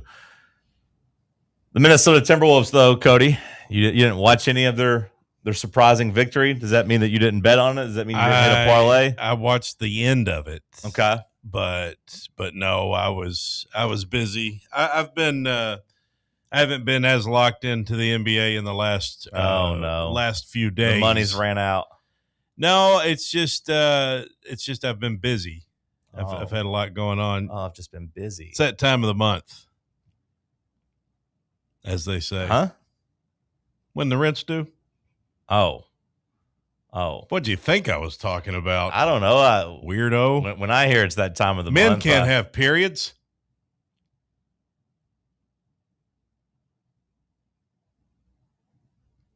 I wish Sam was here. Why? Well, do you miss him? Well, I do miss him. And I hate watching Bubba have to do both things. Bubba just working his ass off over there. But he does stay more locked in this way. I'm excited to see what he's got for trivia in hour 3. But no, Sam, I just he had that whole spiel a couple weeks ago. The hockey guy tough, the basketball player soft guy. Uh-huh. And I was just going to say that, like, last night, Anthony Edwards coming back like a week and a half early to get on the floor for his teammates last night deserves some damn love. And Joel Embiid coming back from a damn appendectomy with, like, his scar still tender where they cut inside his body a couple weeks ago. Him being out there gutting out playoff games is pretty damn stout, too. And I'll give that French guy, Victor Wembanyama, some love because he cracked his face on the basketball floor and got back within like 2 games. Well, we don't really know what these guys go through or what they don't go through as regular humans, because A, they're built different, and B, they have the best health care you can probably get. Sure. Like, and training and all that stuff. So, like, really, I think we're all ignorant in that conversation. Sure, but I'm just saying I was going to push back on the idea that the players are super soft, because my guy, my favorite basketball player that doesn't play for my team, he's not soft. And he went out there last night and gave his team a spark. Who's that? Anthony Edwards. He's your favorite basketball player? Non-Hawk. Non-Atlanta Hawk. He's my favorite basketball player. You know, I always got to have a favorite on another team, you know, that represents the league in general. Because your team's not playing anymore. They're not. But, like, I like in the NFL to have a favorite player that's not a Titan. You know, I respect players. Maybe I'm a little too old to have favorite players. I don't know. But I love watching Anthony Edwards. I love his mental makeup. I love the way he's wired. Too old to have favorite players. I mean, maybe. That's an interesting topic. I mean, you could say that. Like, because, I mean, Anthony Edwards is like 25 years old. I love watching this guy sweat out here. But I love – and honestly, I like this Timberwolves team a lot too. I like them because nobody really gave him a chance. And then I watched just the little bit that I watched Rudy Gobert against Jokic. I was like, oh, yeah, I like this. I can sign up for this. Well, I wish I would have talked about it more yesterday, because it's going to sound like I'm playing the result. Maybe I am to an extent. But, like, last night after, like, a quarter of action, it was a somewhat close game. You know, it was I think with, like, 10 minutes left in the second quarter, the Spurs might have been up, like, 3. And I looked at the live line, and they were still giving Minnesota plus 440. And I said, okay, we're not doing this. We're taking Minnesota. They're going to win this game. And I wish I would have beat the drum on it more yesterday before the game, because when I looked, I was like 14.5 points. It's way too high. And then they knocked it down a couple points once Anthony Edwards said he was going to play. They moved it down. Spread? It was as of Sunday night, but then because they didn't think Edwards was going to play. But then once he said he was going to play, it went down to like 9.5, 10.5 before the game, because the Wolves are banged up. You know, they're missing a couple players. They're missing 2 starters. But, like, to me, it was very evident once the game started that everything we talk about in professional sports, or at least in basketball, with experience and getting reps, you'd be hard-pressed to find a team that's been more playoff experienced than the Timberwolves over the last couple of years. I mean, they've gone to the conference finals a couple times with pretty much the same core. And you saw it last night in the fourth quarter. Mike Conley, Naz Reid, Anthony Edwards, Jaden McDaniels, those guys have played in huge games. They're making plays. Meanwhile, on the other end, the Spurs, who are coming, and maybe the Spurs still end up beating the Timberwolves in this series. That might still happen. But like the Spurs, you looked around, all of a sudden, Wembanyama settling for three-pointers, missing shots. Stephon Castle can't stay out of foul trouble. De'Aaron Fox, who hasn't played in a lot of big games because he was stuck with the Kings for a long time. Those guys are kind of choking while the Timberwolves are rising to the occasion. And we always talk about it in basketball. You need playoff experience. You need reps. It's kind of the same thing for the Knicks. Like, that's part of the reason I think the Knicks beat the hell out of the Hawks the last 3 games, is because the Knicks are battle-tested. They have been to the playoffs, you know, a lot the last 5 years. A lot of those guys have played in games the last couple of years. They've made somewhat deep runs, and they were ready for the moment. Last night, watching Minnesota, they looked ready for the moment, and the Spurs looked like a deer in headlights. They hadn't been there. Right. It's their first time. I mean, it's the biggest game a lot of them had played. Yeah. As far as that current team they got, of course, the Spurs have been there a lot. Sure. Yeah. But Kawhi Leonard and Tim Duncan ain't walking through that door. That's right. And neither is Manu Ginobili or Tony Parker. Right. And so that is kind of new for them. It's a team that doesn't have that playoff experience. And it's one of those things I wish I would have talked about more yesterday. I didn't think Minnesota was going to necessarily win game 1, but like I was shocked at how big of a favorite the Spurs were in that series. I mean, they're like minus 3,000 to win the series. You could have got Minnesota at plus 1,300 to win the series. You'd feel silly today if you had that Spurs bet. And again, a big part of it was because Edwards, they weren't sure about his status and whether or not he was going to play. And last night he was on a minutes restriction. But like that Minnesota team, man, they just got, and I hate to boil it down to this, but like they just got dogs on their team. Who bets those lines like that when a team is minus 3,000? Like, is there just money launderers? Is there like a somewhat rich guy that just people that have illegal money that are trying to legalize their money? Yeah, is what people say, or people that just have parlay problems. Like, oh, I'll throw this on a parlay to get a little bit extra money on it, get a little bit extra juice. You said something that surprised me. You said something about Mike Conley. Yeah, he still plays basketball, and like he is right now. Like I feel like I've heard that name for 20 years. Well, you have. I mean, Mike Conley was back with Greg Oden. Back in the 2000 was it the 2007 season when we lost to them in the tournament. Yeah, when we blew that lead, that huge halftime lead to Ohio State. Like, oh god, Greg Oden, I remember that one. Yeah, I mean, Greg Oden's been long gone, but Mike Conley's still doing it. He's still in the NBA, still playing at a high level. I won't say he's playing at a high level because like they didn't ask much from him this year, and like I said, I mean, they were just trying to trade him to get people, but he ended up finding his way back there. Would he not be like maybe the third oldest player in the league? He's LeBron and Durant. He's 38 years old, so I mean, I think he's older than Durant by a year, or at least like Durant. They're the same class, but I think Durant's only 37. I'm just like played in 03 though, right? And no, that was LeBron. LeBron was 03. Durant was 07. LeBron as well. was 03. Yeah, him and Oden were the same draft class. Durant and who? Greg Oden and Mike Conley were all the same draft class. Okay, I see. So they're the same age. So. Yeah, I mean those guys got to be pretty much the oldest guys. I think Durant, like I said, is only 37. I don't think he's turned 38 yet. That's wild that LeBron is now the oldest player in the NBA. Well, he's still a top 20 player. Yeah, what's crazy to me is they've been highlighting his averages once he turned 41. It's the same averages as when he was with the Heat. Like he's still doing the same exact stuff. Statistically, obviously, it looks a little bit different. But no, Mike Conley, like I said, was pretty much left for dead. He didn't play much in the early parts of that Denver series, but once the injuries started piling up, they had to go to him.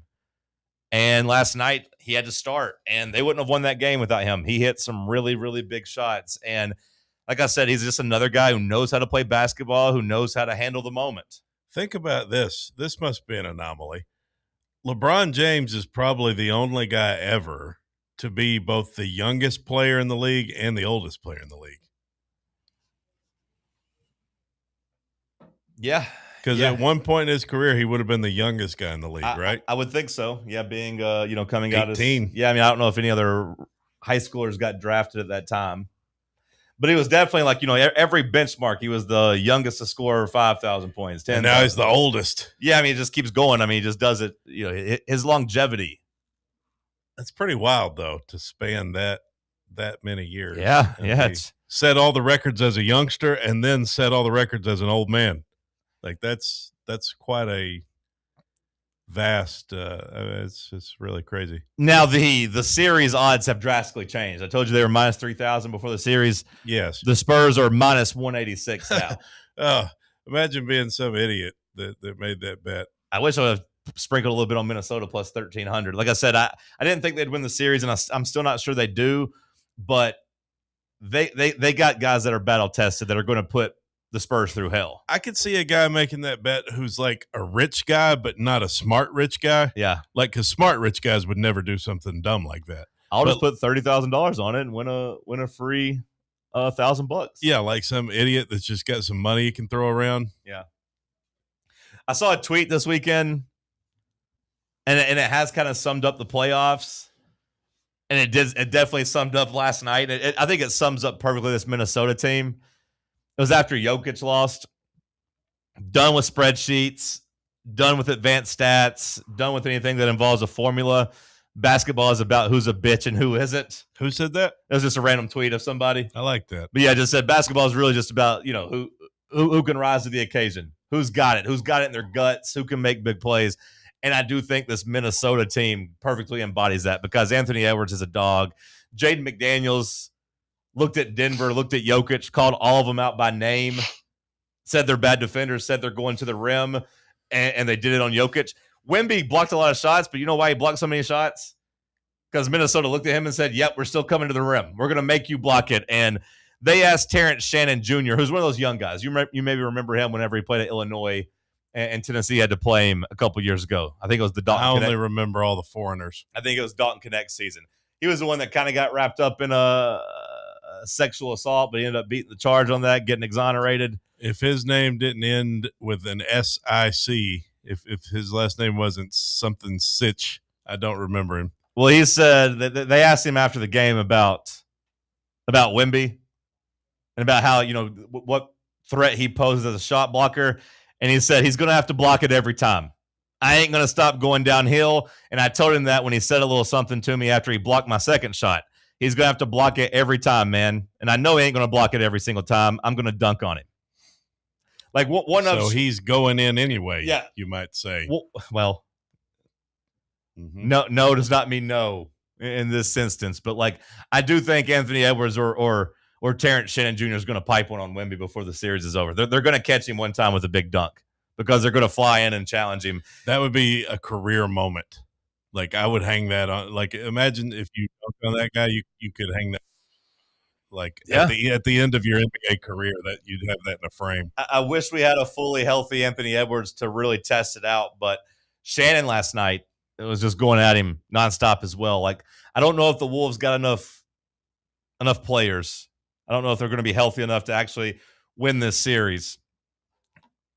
And if they do, they probably will get swallowed up by Oklahoma City, whereas I think the Spurs could actually beat Oklahoma City. But I was just so impressed last night with that championship makeup, that championship DNA. And I know the Wolves haven't won a championship, but, like, it's the same stuff. You've sold me on Minnesota. I think that's who I'm rooting for now because I don't think I like Wemby. I don't think I'm really a fan of his. I don't dislike Wemby. I was getting frustrated last night watching him get every single, like, benefit of the whistle on all those blocks and goaltends and fouls. I do like the way Wemby's made up. I do think he has that same makeup of what I'm talking about with Minnesota.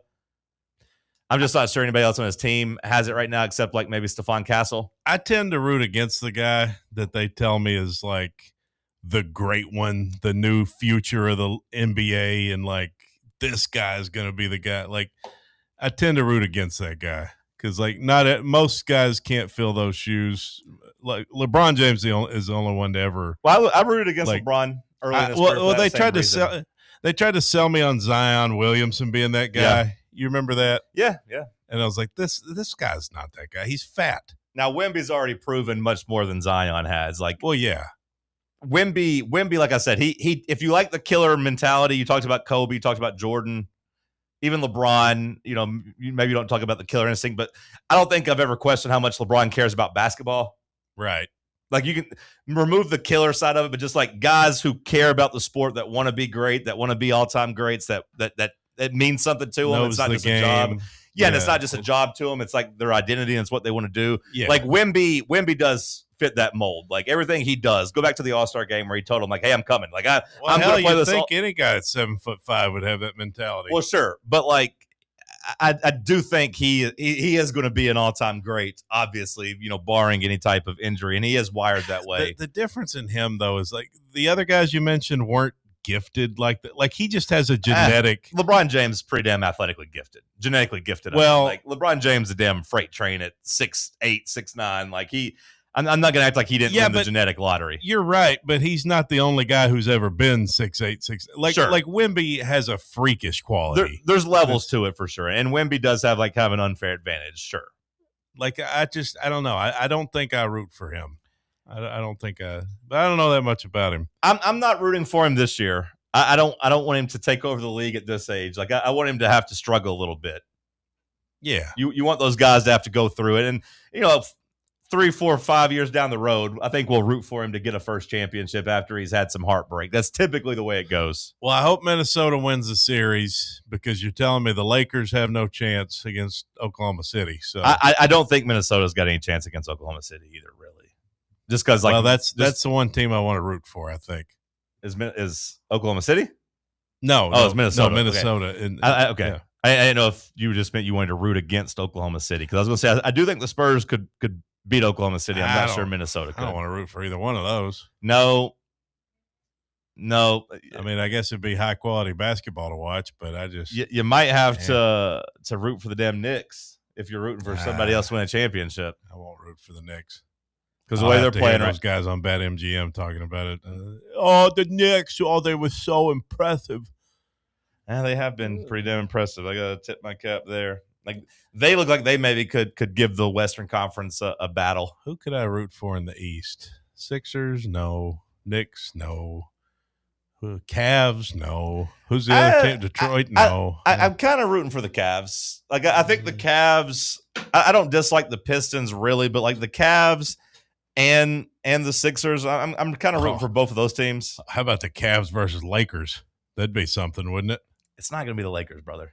I know, but wouldn't it be cool? Yeah, if it was the Cavs versus the Lakers. Yeah, but LeBron, the Lakers ain't getting there. Hey, there's 8 teams left. Because you know why? Because Fat Luka, he can't beat the Chargers. He was supposed to be able to call everybody fat. You called Jalen Brunson fat. Yeah, and look what he did to you. And Luka's not fat anymore. But like Luka, I talked about those other guys rushing back and getting back for their team and being willing to go out here and die for it. And, Joel Embiid. He ain't about that. Risking his appendix, the scar bursting open. These foreigners have other hobbies. They have Jokic. No. Jokic was trying to get out of the playoffs so he could go enjoy the Kentucky Derby. Wemby came back from a cracked jaw and a concussion. He wanted to play the very next game. Like, I'm not going to say it's just the foreigners, but Luka doesn't necessarily seem to have that dog in him as he's not even close to getting back. Yeah. Well, maybe not all foreigners, but a lot of them. Do it all by yourself, LeBron. Jokic out there at the Derby with his hat. Did you see him with his Met julep out there I didn't. betting on the horses? No, was he actually there? No, but doesn't it seem like he would be? Yeah, he does love convenient horses. That he got knocked out of the playoffs the week before the Derby. Yeah. Not in America, no. Yeah, I was gonna say he went back. He went back overseas to get back to those. I bet Jokic wishes he could be a jockey. I think Jokic only respects the horse racing where they pull the buggy behind.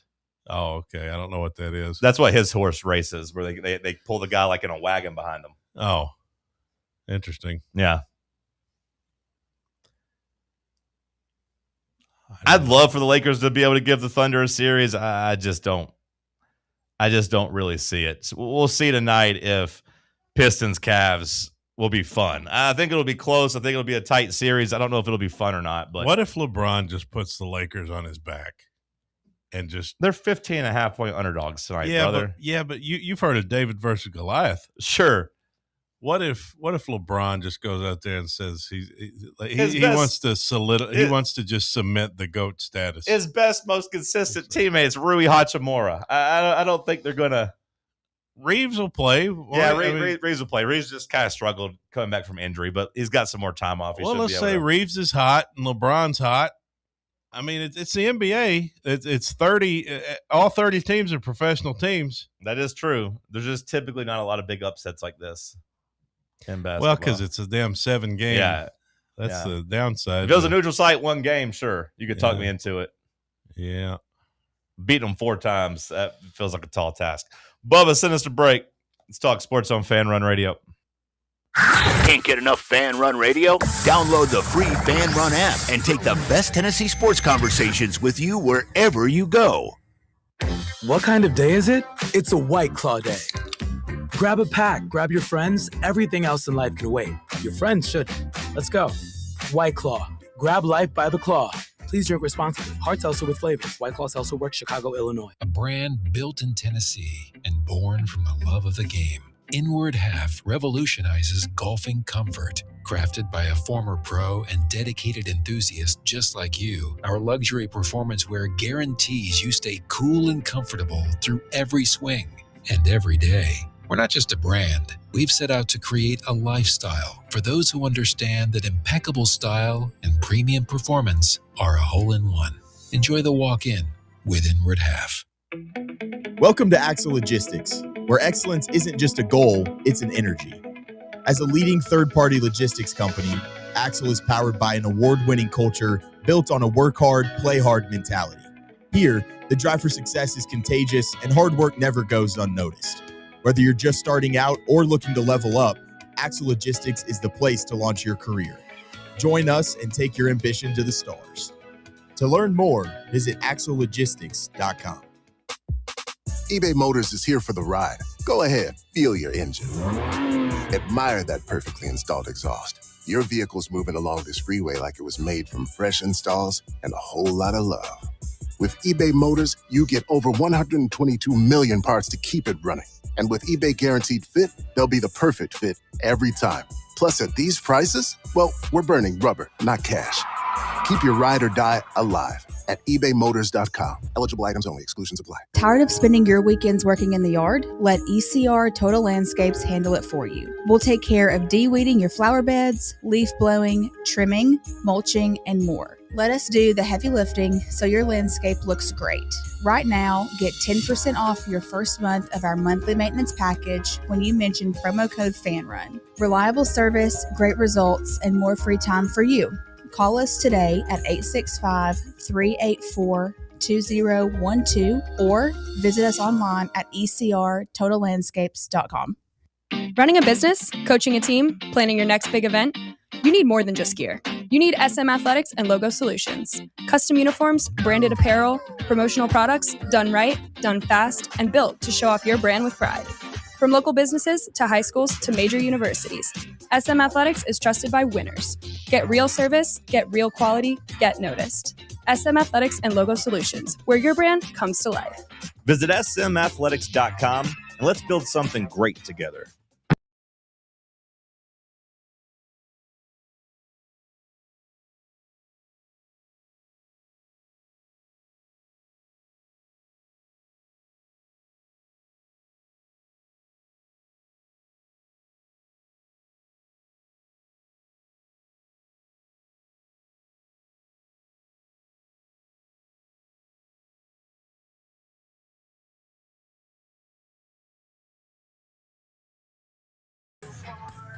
Back on the program. The segment's brought to you by Knoxville Smiles. Local dentistry done right. If you need something done with your mouth, with your teeth, don't put off your dental visit any longer. Maybe you're new to the area. Maybe you haven't been to the dentist in a while and you need a new dentist. Maybe you got kicked by one of Jokic's horses. That's true. Maybe. You can call Knoxville Smiles. You can visit their website. You can take a tour of their facility online to get a little bit more familiar with it. KnoxvilleSmiles.com. What'd you just say? You can take a tour of their facility? Online, yeah, a virtual tour online. They have you can go there and it'll show you kind of what it looks like. And who does that? It's like, I need to go to the dentist, but before I go, I'm going to go online and take a virtual tour through the office. You got to get a layout, man. You got to walk in, see where they got the sinks, to, brush and all that kind of stuff. And all the chairs, what kind of amenities they got. What if you have kids and you need a little waiting area for the kids, Who takes a virtual tour of a dentist office? I agree with Bubba. Whenever I got braces as a kid, the orthodontist my mom brought me all the way up to Farragut. I bet she didn't take a virtual tour of the dentist office before she took you. But she probably found out they had some cool Sega Genesis games to play because I always got to sit there and play Sega while I was waiting, and that was cool. Sega? I loved that. Sega? Yeah. Is that how you say it? How do you say it? Sega. I mean, maybe I'm saying it like a redneck, but Sega. I always say Sega. Sega. Okay, that's how we always say it. That's probably more Sega, but the premise this guy always just nitpicks. Who is taking a virtual tour of a dentist office? Sega, not Sega. I mean, would you take a virtual tour of an apartment? Yeah, somewhere I'm going to live. Why is that different? Because I'm going to the dentist. This is your health. What are you talking about, Bubba? You wouldn't want to. Let's say you got to have a surgery on your intestines. Are you going to take a tour of the hospital? I would like to know where I'd have to go in relation. That way, I'd say, damn sense. Hey, relative, I'm on, floor 8 and the east wing, So if you come in, go in that direction. Hey, you go to the dentist, you go to the dentist. You got less options. You got less options when you got to have emergency surgery. You just got to go where they can cut you open. You might check the reviews if there's a couple options, but a dentist, there's 1,000 dentist offices in Knoxville. Do you take a virtual tour of the oil change place when you go get your oil changed? I like to look at the reviews. Well, let's see how many bays they have here. Although my car doesn't have oil. I don't have to do that anymore. No, Mr. Fancy. Mr. Fancy. I mean, do you take a virtual The tour? car still has fluids, though, right? It's got to. The Like power DMV? steering, it's got to have a pump in there. Yeah, and my washer fluid is a little low right now. I don't have to go get oil changes though. Yeah, what's the deal with your car? Do you have like a transmission? Brake fluid? I don't know anything about your car, about those electric cars. What kind of brakes you got on that thing? I don't know if Does it it- has brake fluid. That's a good question. It must. I mean, it has brakes. Do go-karts have brake fluid? Yeah. I'm asking Bubba.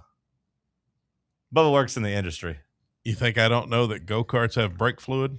If it has brakes, it has brake fluid. I mean, I'm gonna say yeah, but I'm working around stuff that uses regular, gas. I mean, your Tesla. I'm not here for the environment. I mean, I probably do need to go get the tires rotated and have them check that stuff out. So I probably need to book something. I mean, Bubba. You're probably right. You have an engine, right? Do I? I don't know much about electric cars. Yeah, I got a battery. Does a Tesla have an engine? I do, like when I open up my hood, there's nothing there. It's just a place to put more stuff. There's nothing in there? It's a trunk. Yeah. They call it a front trunk.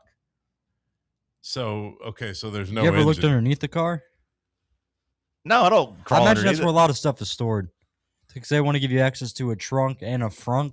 Yeah. So they just keep everything underneath. Yeah, but I feel I'm like pretty- it's a really dumb question, I'm but I pretty really sure don't know. I'm pretty sure it's just a battery, but I don't. Hang on, I'm going to ask Gork. Does Tesla have an engine? He'll know, too, because he works for the same guy that makes them. Let's see what Gork says. No, Teslas do not have I was going to say I don't- internal combustion engines. Instead, they're powered by one or more electric motors. I mean, I guess I'll just... a motor and engine. Yeah, like you have something that looks like a motor. I don't know, brother. I just drive it, and when I need to charge it, I charge it. And then every now and then I need to get my tires rotated. I do that. Does Tesla have part of the reason I wanted brake fluid? But part of the reason I wanted one of these is so that I didn't have to go to the mechanic so often. I hated getting oil changes. Yeah, you still have a traditional hydraulic braking system. You weren't, growing up on the farm, you weren't out there wrenching on stuff? No, we had a mechanic that would do that for our tractors and stuff. We had a guy kind of, I don't want to say like on retainer, but if we needed him, like he'd come by and do that stuff and keep stuff running. But my dad wasn't very handy, so like I'm not very handy.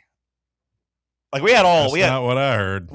We had a lot of, land, but like we never like hunted on it either. Like we just didn't do that stuff. We just did cows, man. Your dad wasn't outdoorsy? No, we just did cows. That was pretty much it. You get enough outdoors dealing with those cows. Yeah, like I'd always have friends like, hey, can I come over and ride four-wheelers? Do you like riding four-wheelers? Like, no. I was like, I do that all the time for work. Like, I don't want to do that in my spare time. Did you ever relate to a barnyard? Of course, there's cows. It's a cow farm. What? No, okay, that past your generation. Ask that again. I was just asking about cows and cow farm and barnyard. Let's move on. Did you have any barn owls? We had some birds. Yeah, we had some owls up there. Good old classic barn. I told you about the dogs we had, right? That would jump on top of the barn and like run all the stray cats and animals. They had a system. They had a 2-man crew where one dog was good at climbing and he knew how to get up to basically the top of the barn. He'd run these cats and other animals out of the barn, and the other one would grab it by the neck and put it in the watering trough and drown them.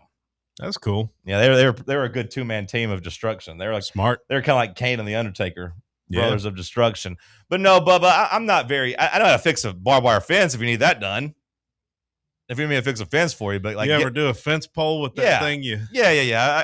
I can build fence, but if you need me to get down and like change the oil, maybe I could learn it because you can. You know about fence gates? Like with the T-posts, you know how to make a fence gate for that? Yeah. I might have to talk to you about that. Okay.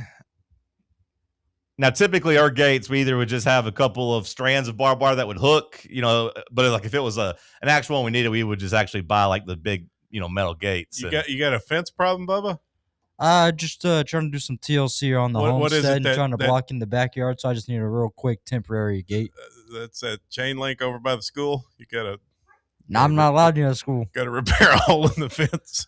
Did you see the update on Diana Rossini yesterday? No. She didn't save the guy? Well, that they have come out and basically said that story of her saving that guy's life in the car wreck was fake. Well, that was just PR 101. Yeah. I could have told you that from the jump. There's guys like, she was there, but I'm the one that pulled him out. She didn't do much. She just watched the dog, which, I mean, that's an important job, like to watch the dog while there's an emergency going on. But they said Sure. she didn't do it. But no, like, hey, buddy. She's apparently just the article is funny because it was like she's heartbroken. Her marriage is in real troubles, and she did genuinely love Mike, and she's dealing with that loss too. So basically, she's lost the two people she loves, which I thought was a funny way her of job. And her job. But I thought that the quote was, her marriage has taken a serious hit, and she's also dealing with the loss of Mike, who she genuinely loved, the insider said, who was talking about Diana in the situation. Maybe she should hit up Chrissy Freud. Maybe take up scissoring. Hey, according to Mike Florio from NBC Sports, she'll eventually tell her side of the story. Well, that's what her friend Stu Gott said. He does the national radio here on Fox Sports, but he was talking about, she's eventually going to say it's not his job to tell it, because he offered a job. He said they're close friends, like she can come, co-host the show whenever. But Florio was talking about her eventually talking, and how if she came out and actually opened up about it, it might get Vrabel in trouble if she said certain things. But like if she did a tell-all and kind of details. She started talking about all the like wild kinky stuff they did. That, but also just the intricacies of the relationship and the information that she maybe was feeding him or whatever. Like so Vrabel's done with her. He's just focusing on the wife and kids now. It does appear that the affair is over. Going on back home to mama, huh? She's also dealing with the loss of Mike, who she genuinely loved. I saw a thing too for Mike Vrabel's side where it's like his wife kind of knew what she was getting into when she was with Mike. Because it's like, big guy on campus, starting on school, for the Ohio State football team. And he goes to the NFL. She's had to play off and fight off side chicks her whole life. I would say that's probably accurate. Should Bubba. you really feel bad for her? I mean, you said early on you felt bad for her, but she's a home wrecker. Yeah. I feel bad for both women involved. She's a home wrecker. Vrabel's getting damn standing ovations at. Well, he's no saint either. He should be. But he's getting standing ovations. Meanwhile, the woman, we look at the wife, is like, man, that's so sad. And we look at Diana as like, wow, what a home wrecker, what a terrible person. We're going to take your job, but also like, hey, let's clap for Mike Vrabel. Oh, we love him. No. We're going to help coach through this tough time. No, he shouldn't be getting any praise either. Mike and Diane are both in the wrong there. You got to feel bad for the wife. Hour 2 in the books. We'll kick off hour 3 with some headlines. We got some Tuesday trivia. Stick with us. Check out our new and improved website at fanrunradio.com. Barley's has live music on weekends, general team trivia on Wednesday nights at 8 p.m., and now live sports trivia, courtesy of the Knoxville Trivia Guys, every Thursday night upstairs. The game starts at 7 p.m. and is free to play for everyone, so head on down to the Old City and show off your sports knowledge and win gift cards to Barley's. Use those gift cards to buy some delicious food and drinks, and you can take it all in with their wide selection of TVs and indoor projectors. Barley's Tap Room and Pizzeria. Your Knoxville Smokies are back home all this week, and we've got the best promotions, like kicking off the week with Cinco de Mayo. Then all-you-can-eat Wednesday, Knox Vegas Thirsty Thursday with half-off draft beers, and this weekend, get to the ballpark early on Friday and get your free camo replica jersey. Love gum? Well, good. It's Big League Chew Night on Saturday with post-game fireworks, and we're celebrating Mom on Sunday. It's Mother's Day. Woo! What a week. Reserve your seats now at SmokiesBaseball.com. Are you ready for the start of a new season? Maybe looking for your team to go on a tournament run? Get game day ready with Crumble. Head on over to your nearest location and pick up 12 pre-selected cookies plus exclusive toppers. When you're looking for dessert options, there's no question about who you should call on. Our listeners already know. Last year, the Dubai chocolate was a home run, along with the brownie batter. Oreo crumb was another crowd favorite. What new flavor will set the standard this season? If you're in the Knoxville area, there are 3 locations ready to serve you: Clinton Highway, Parkside Drive, and Maryville. Download the Crumble app to build your best lineup and vote on the best combos. You can even put your bid in to request a new flavor. Order in the app and slide on over to your nearest location. Tell them Fan Run sent you, and as always, it's for the fans, by the fans. Don't miss the cookies. Citizens National Bank. Life is more fun with a Good Life account, offering extra benefits, including bank travel. Experience the trip of a lifetime to Ireland. Explore rolling green hills, historic castles, and charming villages across the Emerald Isle. Get in on the fun. Call 865-429-7935 today. Citizens National Bank. Banking never felt so good. Member FDIC. Surfside is made with vodka, real tea, and real juice, and has only 100 calories, 2 grams of sugar, and 0 bubbles. That's right. No bubbles, no troubles. That's why Surfside was named the 2025 Spirit Brand of the Year by MarketWatch. Their variety packs come with options: iced tea, lemonade, or green tea. Find your flavor by trying them all. Surfside. Sunshine in a can. Must be 21 or older to enjoy. Party smart. You're listening to FM 105.7 and AM 1340, WKGN Knoxville and W289CU Knoxville, Fan Run Radio.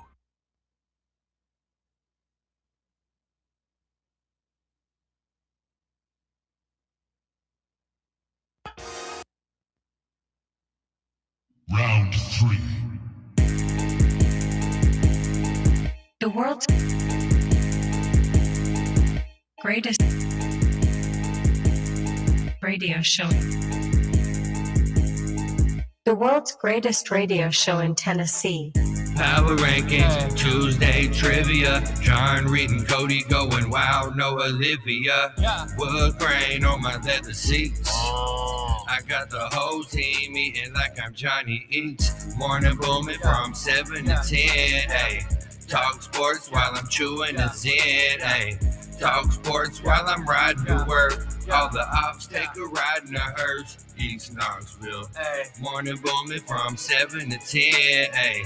Morning booming from 7 to 10. Bubba, I'm getting multiple messages saying you look great today on camera. People are gassing you up saying you've never looked so good. So congrats to you, brother. I ain't even been on camera. You ain't been on camera one time? At the very beginning. Okay, well, I got a text. It was at 8:15 when I got it. I mean, I appreciate that. Put yourself back on camera. A woolly booger here, trying to. Put yourself back on camera. Let the people see that beautiful camo. They'll get enough of me here in the next segment. Okay. All right. Well, I was going to do a live read for Inward Half about your hoodie, but oh, all right then. Yeah, Never mind. You just shake me off, Bubba. That's fine. I mean the coordination there, but I went golfing in some Inward Half this past weekend, and I didn't play good, but I dang sure looked good. You know what? Strangely enough, I did too on Sunday. Mini golfing or no? I went real golfing in some Inward Half. Whoa! It was a 4-man scramble, which Best it was. ball? Hey, that's all right. No, I only hit I hit putts and then maybe it's about the vibes there. Yeah, as long as you're there with good people. Maybe like 4 other shots. I wish Sam was here for this too, because I literally play with a guy who's better than a scratch golfer. He's a +1. And I asked him the hypothetical of Sam's hypothetical, and he's like, no, that's the dumbest thing ever. He's like, if you gave me 4 scratch golfers, he's like, he said, if you give me 2 scratch golfers and a couple of guys around 5 handicap, he's like, we should be able to shoot even and make the cut. But he said, there's no way they're winning the damn Masters. I had nightmare fuel happen for me when I went golfing. Yeah? I normally play with my buddy. Snake get you? And then 2 people just joined us, randomly. And this is my first time actually playing with people. I know it's very custom in golf. Yeah. But my skill level and my antics and stuff, and now it's I got to tone stuff back. Yeah. And they're watching me struggle. I'm like, this dude, he's just so pure with every shot. His kid's out here, a college golfer. He's absolutely sending that bad boy straight to the moon. Well, imagine what they said about you on the car ride home. They said, wow, that guy, he's what's he doing out here? They said that Inward Half shirt looked good though, didn't they? Yeah. How'd your golf game go? Did you hit any good shots? No. None at all. I had a couple of good putts. Funny enough, on the first hole, we actually used my shot as I hit it over the bunker. we were kind of like, we were on the outside of the bunker. There was a little bit of a lip to get to the hole, and the first 3 guys didn't hit good shots. So I said, I'll try it. And I just kind of smacked it, and it hit the lip, went straight up in the air, but then it shot to about 4.5, 5 feet away. So we used my shot. Yeah, it was completely luck. It was a terrible shot that just got a roll. Did you have any drives? No. I didn't even waste time driving. You didn't try to Well, there's no way we were going to use mine because, like I said, the guy that I was with was really, really good. Yeah. Like he basically was stuck with 2 guys that weren't any good. So you just didn't drive the ball just for fun? I wouldn't be able to do it. What do you mean? I can't golf. You could do it. No, I can't. I mean, I could, but it would go 20 yards. It wouldn't get off the ground. It would just shoot somewhere, and we'd have to go find it, and it would just be a waste of everybody's time. Were they playing from the tips? Do you know? The good guy was. Yeah. They made him play from the tips where the other guys didn't. Have you ever gone to a driving range? Yeah. And I told that story before. I paid a lot of money for a golf lesson one time, and I was hitting it really good by the end of the lesson. I really was. I was hitting it good and straight and getting it off the ground. It was good. I was keeping it pretty straight. I even went to the driving range after that and was still hitting them pretty good. But the guy was like, hey, why don't you go play a round, see if you like it, and see if you want to keep doing lessons. First hole at Iguani, I got a 6 on a par 4. I was like, you know what? That's okay. I can live with that. Second hole, the tee shot is over some water, over a ditch, and I could not hit it off the water. And since that, I have pretty much not been able to get the ball off the ground. Did you lose all your balls? I lost 1 in that, and so I was like, I'll just hit some. I'm playing with a guy who's there, and he was pretty good. So I don't want to waste your time. I was like, let's move up. I'll hit a couple shots. So I tried to hit a couple after that, and literally I lost it. I couldn't hit it off the ground anymore, and it got in my head, and I was like, I'm good. I'm not going to play. But I've played 1 hole of golf, and I got a 6 on it. Well, might as well quit while you're ahead. I wasn't ahead. Go out on top. No, I didn't quit. If I'd have quit after that 1 hole, maybe, but no, I completely unraveled. By the 4th hole, I was like, I'm never playing golf again. Mm. And then I remember tweeting out advice, and 10 people was like, just quit now. Save your money. Yeah. And I will say the people I played with, they didn't look like they were having that much fun. Now, the good golfer, he's bombing them. I mean, he's about to get, finish up being certified to be a pro at a course. He's legitimately good. He seemed like he was having fun. But my buddies were spraying it all over, left, right, couldn't get off the ground sometimes. This seems miserable. Golfing's like fishing, man. All it takes is just one good shot, and you're out there, and you got to appreciate that you're out there instead of at some job. It does feel good. On the occasional, when you do hit one good, I do see you actually connect. I do see the appeal of that for sure. And every now and then they would hit one. I was like, oh, that's why I keep coming back. And even hitting one good putt, I was like, oh, that's fun. Yeah. No, I get that side of it, but I wish that could at least be acceptable, but I don't want to practice enough to get there. So I'll just never play. Shout out to Inward Half, though. Check out their gear, inwardhalf.com. Bubba, you look great in yours. Cody, let's get some headlines. We're behind schedule. Let's go. Thank you, John. Stefan Diggs says... Venga. Rapido. Stefan Diggs says the alleged assault on the private chef never happened as trial begins. She did look a little fishy. He said he didn't strangle her. On the stands. I don't know whether or not that happened, but the clip I saw basically had her dead to rights in terms of her claiming that she hadn't gotten paid. But then they had bank statements and text messages of her talking about getting paid, and they were asking, and she was just like, I don't know how to answer this. I'm lacking some evidence. I'm lacking some context. Ruh-roh. Yeah, it was very, very strange. The one piece of evidence that I keep seeing that I don't really agree with is it shows her on the same night as stuff where she's just dancing and having a good time. Supposedly afterwards that took place, Oh, because they're saying if you had been beaten and strangled, why would you be out dancing and having a good time? Mm. Yeah, but 2 things can happen on the same night. Maybe you need to pick me up after a situation like that. So I haven't seen. I just got strangled. I'm heading to the club. I haven't seen any of that. I just saw the part about her check, and them clearly being you're lying about this. You clearly can read that this is your words saying that you got paid. The SEC has approved the use of ABS for the conference tournament in Hoover. I'll be interested to see how that goes. This is baseball, by the way. ABS. Blake Burke would have loved it. Automatic ball strike. Is that what that means? Automated ball strike system. Yep. Automated. Okay. Speaking of you'll get 3. Oh, sorry, I was going to give you the details ahead. about that if you want it. Please, please. It looks as if, according to Kendall Rogers, you will get 3 challenges. If you win the challenge, you retain. You get a bonus challenge and extra innings if you don't have any left. Only a pitcher, catcher, and hitter can request a challenge within 2 to 3 seconds. So pretty much like what they're doing in MLB. Lovely welcomed change. I don't think college baseball needs that. It's going to really expose how bad these guys are. Yeah, I don't think college baseball really needs that. And like, not every conference is going to be able to do it. So like, it's not even going to be like an even playing field. Like, not every conference can afford the technology yet and like implement it and have the right angles and everything. Yeah, some conferences are broke. If it goes well in the SEC, they're going to try to do it in college, like in postseason play, or maybe for next year in postseason play, or like, what's the point? Yeah, just try it out. Start to integrate it, see how it goes. Okay. Speaking of broke, we're kind of broke compared to the Big Ten. Did you see that story yesterday? How much money they distributed? No, I didn't. Well, it's a lot more than the SEC. We're falling behind in the arms race. Back to baseball. Reigning 2-time AL Cy Young winner Tarek Skubal will undergo elbow surgery. Said he's got something called loose bodies. That's what I saw on Merchants Drive yesterday. Loose bodies in his elbow. Okay. So people are saying it's from whenever he was helping throw out T-shirts up at the Pistons. No, what? That ain't real.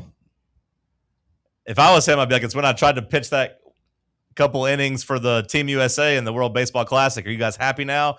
You booed me and told me I was a traitor for not pitching more. This is when I got hurt. Can I interest you in some Tennessee football news? Is it the one? Hang on. Is it the one about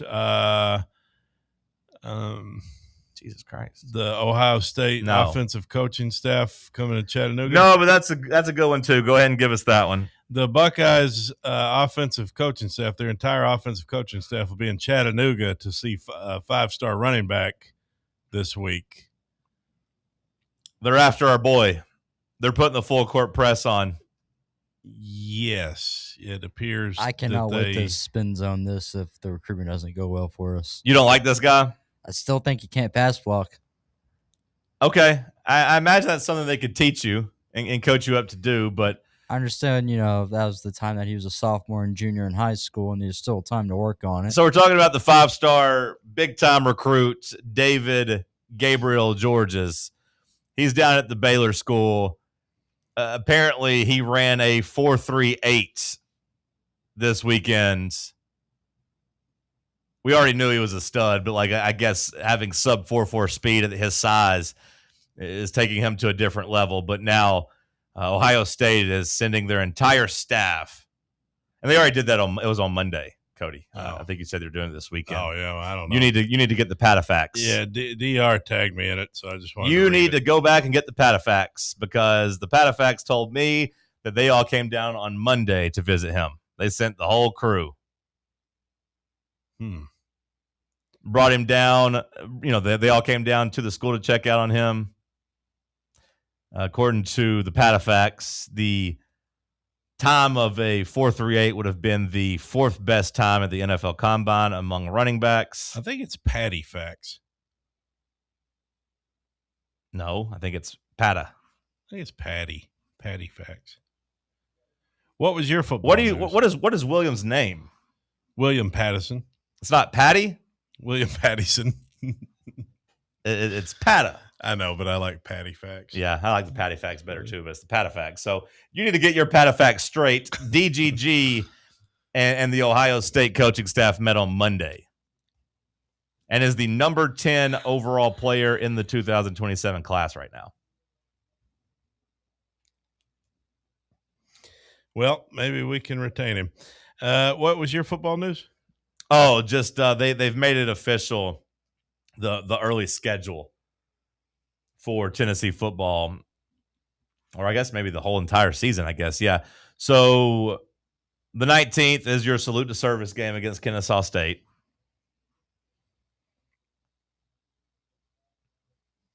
The 20. Can't do that indoors. You can't salute indoors? No, it's frowned upon.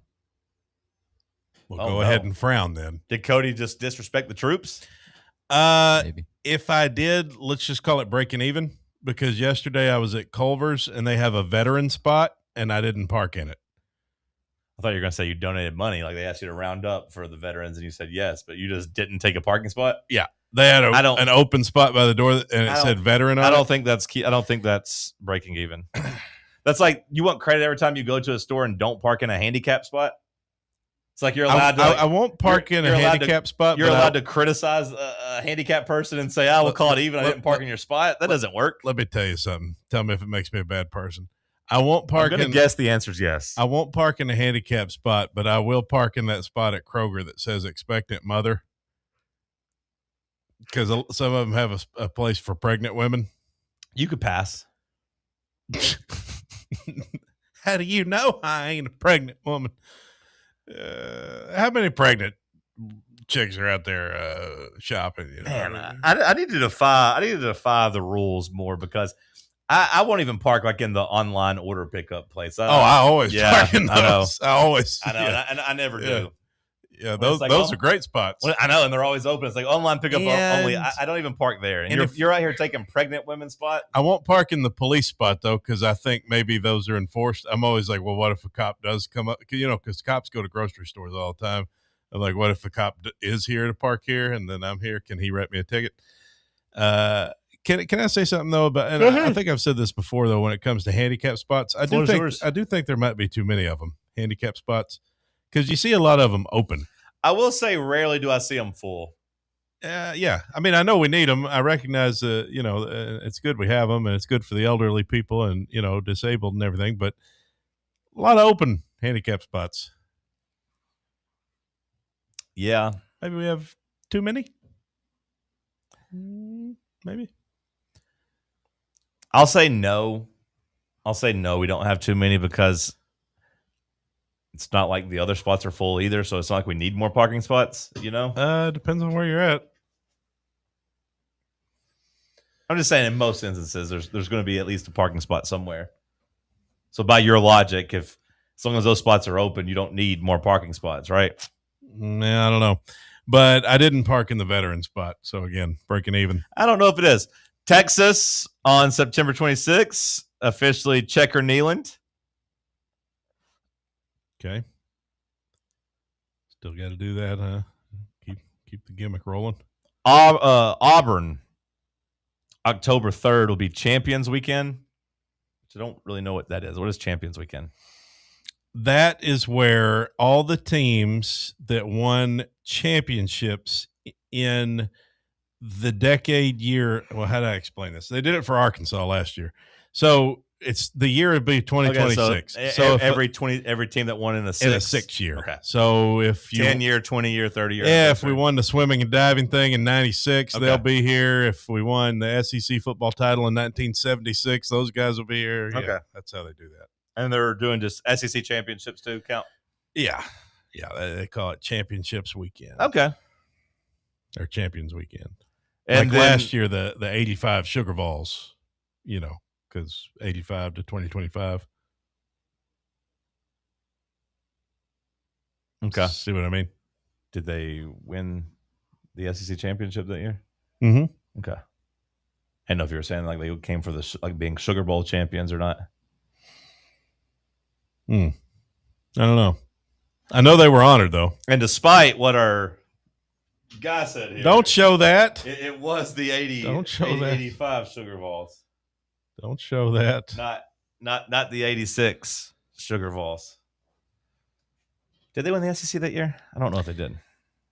I know they were honored on Champions Weekend, They but probably I did. guess If they went to the Sugar Bowl, you would imagine they won that year. Well, that's what I'm assuming. Yeah, but I guess they could theoretically honor them as Sugar Bowl champions. Yeah. I know we beat number 1 Auburn that year. Right? Or was that? We won. Or was that 83? We won the conference in 85. That's why we got to play in the Sugar Bowl. Maybe that wasn't when we beat number 1 Auburn. I don't remember. I wasn't around. Yeah. I try to know my facts, but I don't always know. They don't call them the McClure facts, folks. Yeah, I mean, I wasn't born, man. Sean Miller estimates 20 to 25 college teams will top $20 million in NIL rosters. I'd say that's pretty accurate. Yeah. Also, the Met Gala last night. How about the Met Gala? Kendall Jenner ditched her dress but kept her corset for the after party. Timothy Chalamet ditched the Met Gala to stay and go to game 1 for the Knicks. He's a sports fan. I got to say, that earns a little respect because Ben Stiller was there. Ben Stiller wants to be a super Knicks fan. He was at the damn Met Gala. So was NASCAR driver Carson Hocevar. Yeah, what's the deal? Why does everybody want him and Sabrina Carpenter to get together? Yeah, his whole thing that he's just been doing is like how he just openly, like kind of a bit where he's just like, oh, Sabrina Carpenter, because he'll do AI videos where she's sitting across from him and Chili's. Okay, so it's a thing. He's trying to mac on her. So he's trying to make it happen. He's trying to Travis Kelce his way into this relationship. Yeah, a 6'5" guy that's got a nice career ahead of him. Okay. Travis Kelce was looking weird at the Met Gala. I don't think was that him or was that Sam Smith? That wasn't Travis Kelce. You don't think that was real? That was Sam Smith. Oh, okay. The gay pop star. As Polymarket Sports says, trending, Kansas City Chiefs fans are worried about Travis Kelce after seeing him at the Met Gala. That wasn't Travis Kelce. That was Sam Smith. No, but hell, they got a gold check. You'd think that'd be a legit. You'd think they were making a joke. Yeah, you'd think they'd do a better job. You think they'd do a better job? Well, I guess I misreported that one. It's all good, brother. It happens. Tuesday trivia coming up next. Stick with us. Can't get enough Fan Run Radio? Be sure to like and subscribe to our YouTube channel by searching for Fan Run Sports. What kind of day is it? It's a White Claw day. Grab a pack, grab your friends. Everything else in life can wait. Your friends shouldn't. Let's go. White Claw. Grab life by the claw. Please drink responsibly. Hard seltzer with flavors. White Claw Seltzer Works, Chicago, Illinois. Welcome to Axle Logistics, where excellence isn't just a goal, it's an energy. As a leading third-party logistics company, Axle is powered by an award-winning culture built on a work hard, play hard mentality. Here, the drive for success is contagious and hard work never goes unnoticed. Whether you're just starting out or looking to level up, Axle Logistics is the place to launch your career. Join us and take your ambition to the stars. To learn more, visit axlelogistics.com. Hey, Vols fans, Cody Brown here. I grew up right here in Tennessee and know what it means when someone says, I've got your back. That's why you can trust Farm Bureau Insurance of Tennessee. Whether it's your home, your vehicle, your family's future, or the business you built from the ground up, we will show up for all of your insurance needs. We are Tennesseans who understand what matters, which is doing right by you. Insurance is not all about just paperwork and policies, but it's about the people we insure every day. So if you want insurance that hits home, give me a call at 865-992-3871. Go Vols. Located in Knoxville's historic Old City, Barley's offers great food, live music, the best draft beer selection in town, and now your new favorite place to watch sports. Their indoor projector is perfect for any weather, and they've revamped their upstairs area with more TVs to take in all of the action. Their menu features hand-battered chicken tenders, juicy burgers, fresh salads, and the tastiest pizza in Knoxville. You can enjoy their happy hour drink specials daily from open until 6 p.m. Barley's Tap Room and Pizzeria. Are you ready for the start of a new season? Maybe looking for your team to go on a tournament run? Get game day ready with Crumble. Head on over to your nearest location and pick up 12 pre-selected cookies plus exclusive toppers. When you're looking for dessert options, there's no question about who you should call on. Our listeners already know. Last year, the Dubai chocolate was a home run, along with the brownie batter. Oreo crumb was another crowd favorite. What new flavor will set the standard this season? If you're in the Knoxville area, there are 3 locations ready to serve you: Clinton Highway, Parkside Drive, and Maryville. Download the Crumble app to build your best lineup and vote on the best combos. You can even put your bid in to request a new flavor. Order in the app and slide on over to your nearest location. Tell them Fan Run sent you, and as always, it's for the fans, by the fans. Don't miss the cookies. Fan Run Radio, where Big Orange Country comes to talk sports. Start your morning off with your daily dose of talk sports with John Reed and Cody McClure from 8 to 11. Then it's Tony Basilio from 11 to 1. The Playbook with William Patterson from 1 to 3, and The Drive from 3 to 6. It's 10 hours of hard-hitting local sports radio every day, right here on the flagship station for Tennessee fans. This is Fan Run Radio, Knoxville.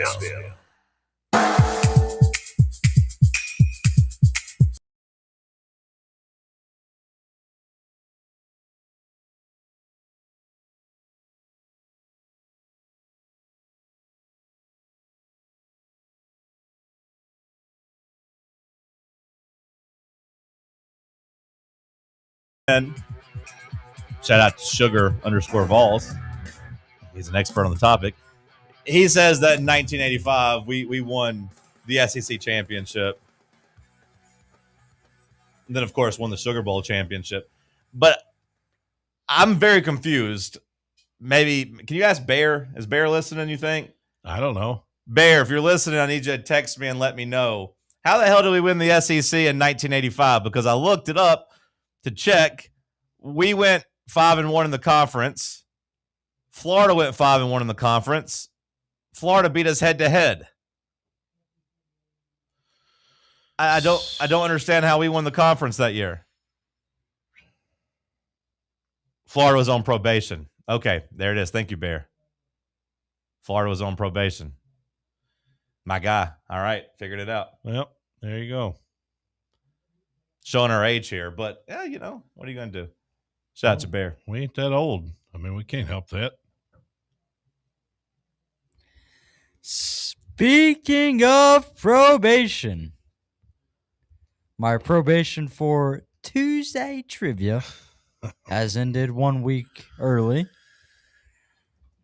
I was granted a 3-month probation for this. And for good behavior, they gave me an extra week off. So, gentlemen, are you two ready to face off? Ding, ding, ding. Yeah, to be honest, I'm looking for a new trivia guy. Yeah, it's getting a little stale with Sam. I need a change up here. Bubba's just might be so damn quirky that it'll work out for you. I may regret saying this, but what topics you got for us, Bubba? We have general. Did you come up with this by yourself? Pretty split. I had a listener help send in some stuff, so there's a mix there. After general, we have celebrity real names. Okay. We have NFL records. Okay. We've got some geography. Okay. And we have villains. Okay. I know where you're going.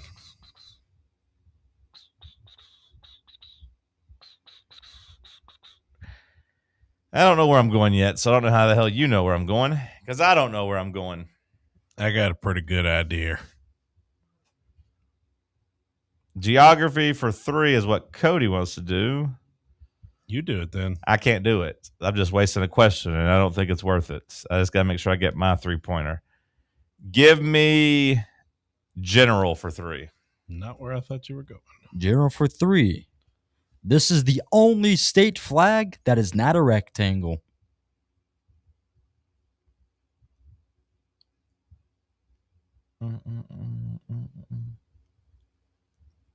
What the hell is it? A square?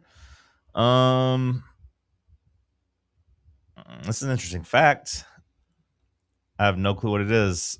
New Mexico. It will be Ohio. Hell, I lived there for a little bit. I should know that. What does that even mean? Is it a square? I did not confirm this one. Okay. Let's try celebrity real names for 3. Celebrity real names for 3. Dwayne Johnson. Phil Clapp. You know that? I don't think I do.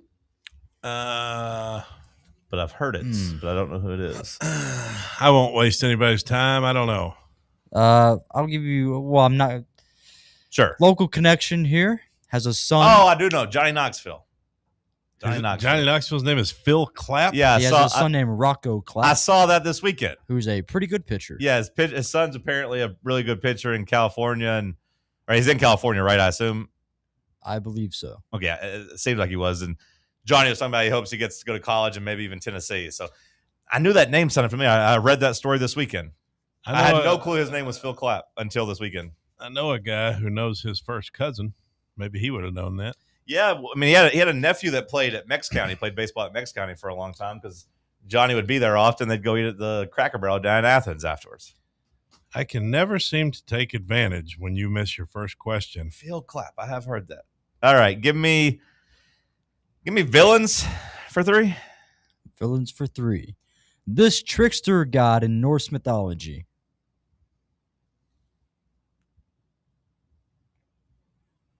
This trickster. You said trickster god? Trickster god in Norse mythology. In Norse. Norse. Who's a trickster in Norse mythology?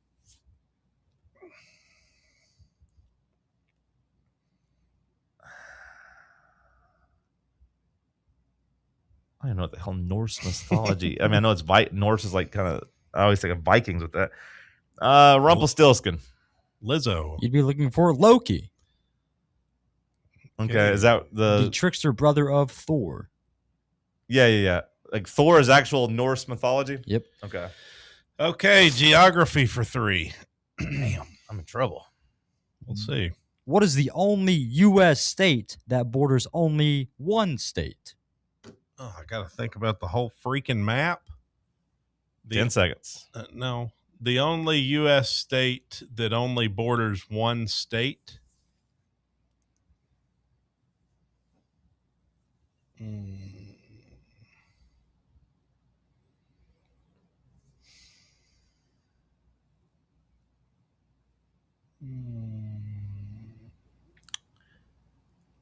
Maine. That is correct. Give me celebrity real names. Or no. Give me NFL records, for 3. Jerry Rice had 2,509 yards after turning 40 years old.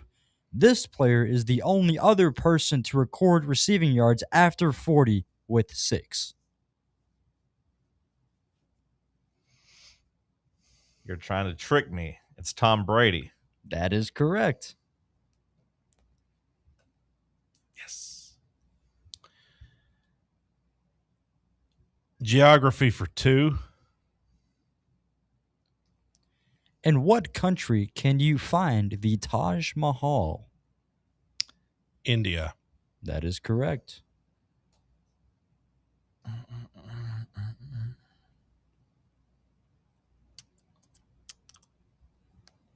Give me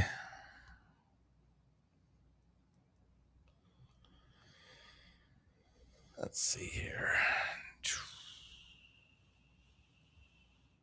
This is what 1, 2 round. Start around 4.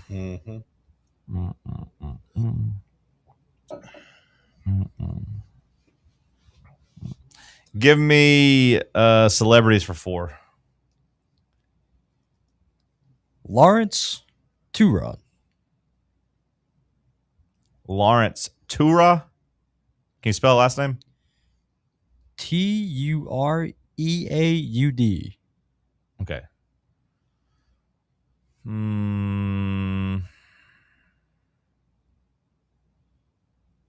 don't know. Mr. T. No, it's got T in the name. There you go. Celebrities for 2. Catherine Elizabeth Hudson.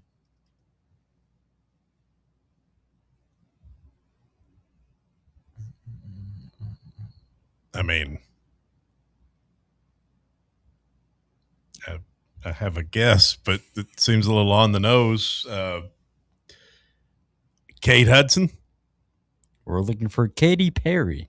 Yeah, I wouldn't have known that. Damn it, I shouldn't have done that one. All right, give me NFL records for 4. Come on, lock in.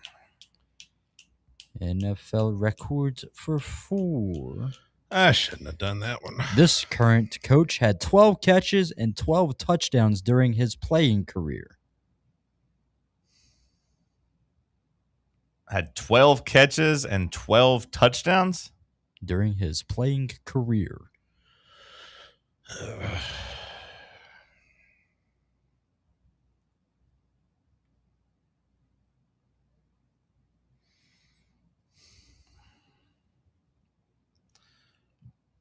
12 catches and 12 touchdowns.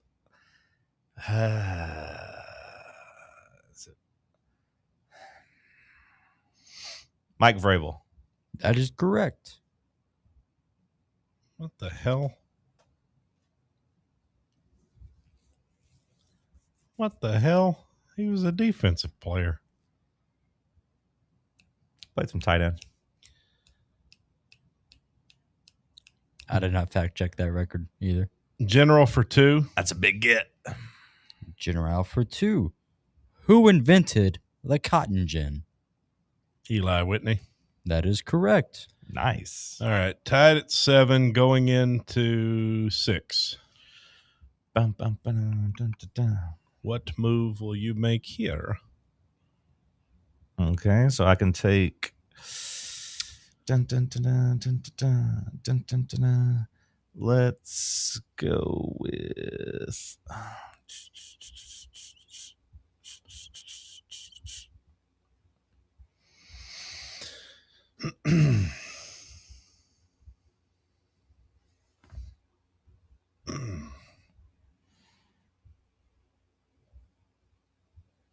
Give me villains for 4.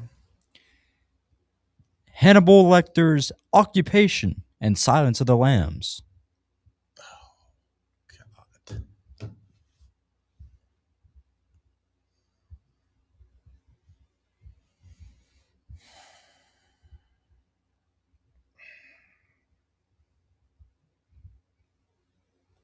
Was he not a. I'll go with therapist. You're close. He was a forensic psychiatrist. Okay. Can you quickly explain to me the difference between a therapist and a psychiatrist, Bubba? Well, one's for therapy and one's for psychiatry. And that means what? What the not- hell's the difference between a therapist, and a psychiatrist, Bubba? You don't have to explain that. You Bubba. explain it. You don't There's have to also- explain what the it. difference You're missing is. the I don't know. forensics as well. The forensic part doesn't even necessarily matter. It doesn't matter if Bubba can explain it or not. You explain it. It wasn't the correct What's answer. the difference? It wasn't the correct answer. That's all that matters. Okay, so 7 to 7. I have One will see you later, the other will see you after a while. 6. Let's go. What do I know more about, villains or NFL records? Don't feel great about either one. I don't know what the difference is between a psychiatrist and a therapist, but I knew he had patience because that's how he tracks down Buffalo Bill. God. Let's go NFL records for 2. Oh, he's going to miss this. This was my strategy. Yeah, I probably am. This running back holds the record for the most touchdowns in one season in 2006. I was banking on him missing this. Come on, let's go. The most touchdowns in one season in 06.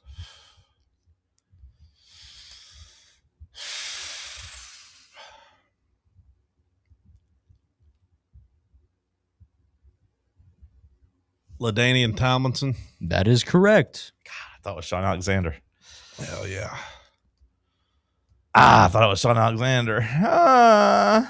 All right. Just need you to miss a 4-pointer. Okay. I got what? General for 4. That's only 4 I got left, right? Yep. Give me general for 4. Take geography. General for 4. Family Matters was a spinoff of what show?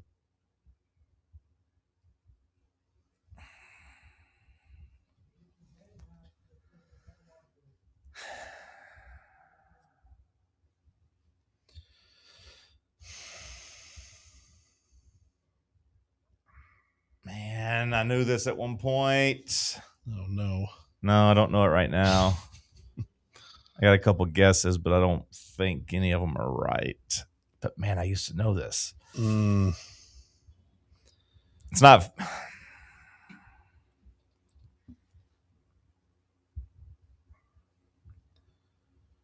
Man, there's 2 things in my head. Oh, but I don't think either one's right. in my head. I'm not going to waste any time because I don't think this is right. It's not Family Ties, is it? Sorry, the answer we're looking for is Perfect Strangers. Okay, yeah. That's one of those I've heard 5 times but can never remember it. Damn it. All right. We got off the schneid. Let's do geography for 4. Geography for 4. What do you call small rivers that flow into larger rivers? Tributaries. That is correct. That was a damn 4-pointer? It was. Jesus Christ. 13-7. Victory is mine. I just needed Sam out of here. That was a pretty good trivia round. Good job, Bubba. I love those questions. Good questions. Damn. All right. Well, good job by you. Send us a break, Bubba. Gin. Do you know Eli Whitney? You know, I did after you said it, but whenever it first asked, no. But yeah, once you said it, I was like, oh, yeah, of course. Like you said it so quickly, I don't know if I had enough time to actually think about it. I don't think I really knew it, but it was in my head somewhere. Yeah. It just popped into my head. I'll say I would like to think I would get it, but you got it so quickly that I didn't even have a chance to really answer. That was impressive. I don't even know if I'd think of it in casual conversation, though. It's like it was just in the back of my brain somewhere. I remembered it from skew. Yeah, the LaDainian Tomlinson pull was impressive because like him and Alexander went back to back. I always forget who did what first, but Alexander had 27 in 2005, and then Tomlinson had 28 in 2006. Well, Sean Alexander wasn't even on my mind, luckily. Yeah. I knew he played at Alabama, though. You remember that? We beat him in 98. He was the running back at Alabama in 98 when we beat him. And then he played for the Seahawks, right? Yeah, I mean, basically, he spent essentially his whole entire career. You know where career. LT went to school? Chargers. He's at school. Oh, school? It was a small school, wasn't TCU. it? Yeah. He was a Horned Frog. How about that? Sean Alexander won MVP in 2005. And then Tomlinson came back and won MVP in 2006 with 28. That's pretty damn stout. Good job by you. Last call on the other side. Stick with us. Here at Fan Run Radio, we're not just some podcaster streaming from his mother's basement, but we're also not a bunch of mouthpieces on state-run radio telling you what we've been told to say. We're the flagship station for Tennessee fans. This is Fan Run Radio, Knoxville.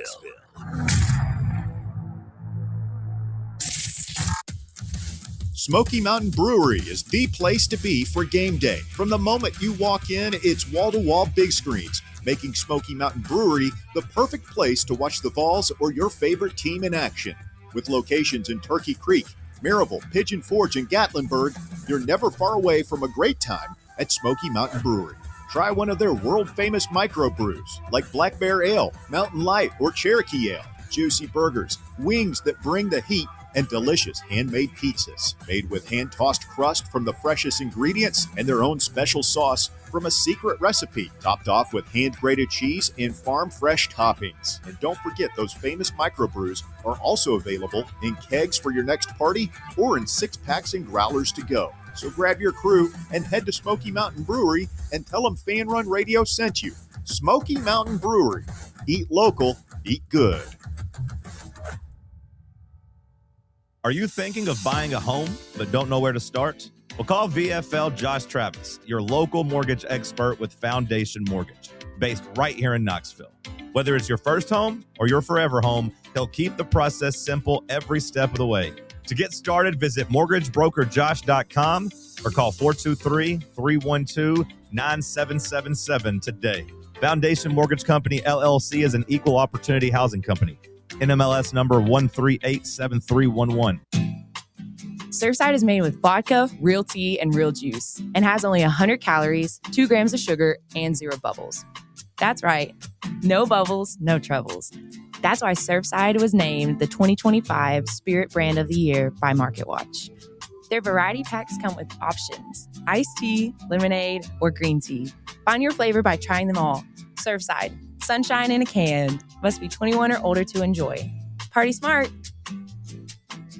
Your Knoxville Smokies are back home all this week, and we've got the best with Cinco de Mayo. Then all-you-can-eat Wednesday, Knox Vegas Thirsty Thursday with half-off draft beers, and this weekend, get to the ballpark early on Friday and get your free camo replica jersey.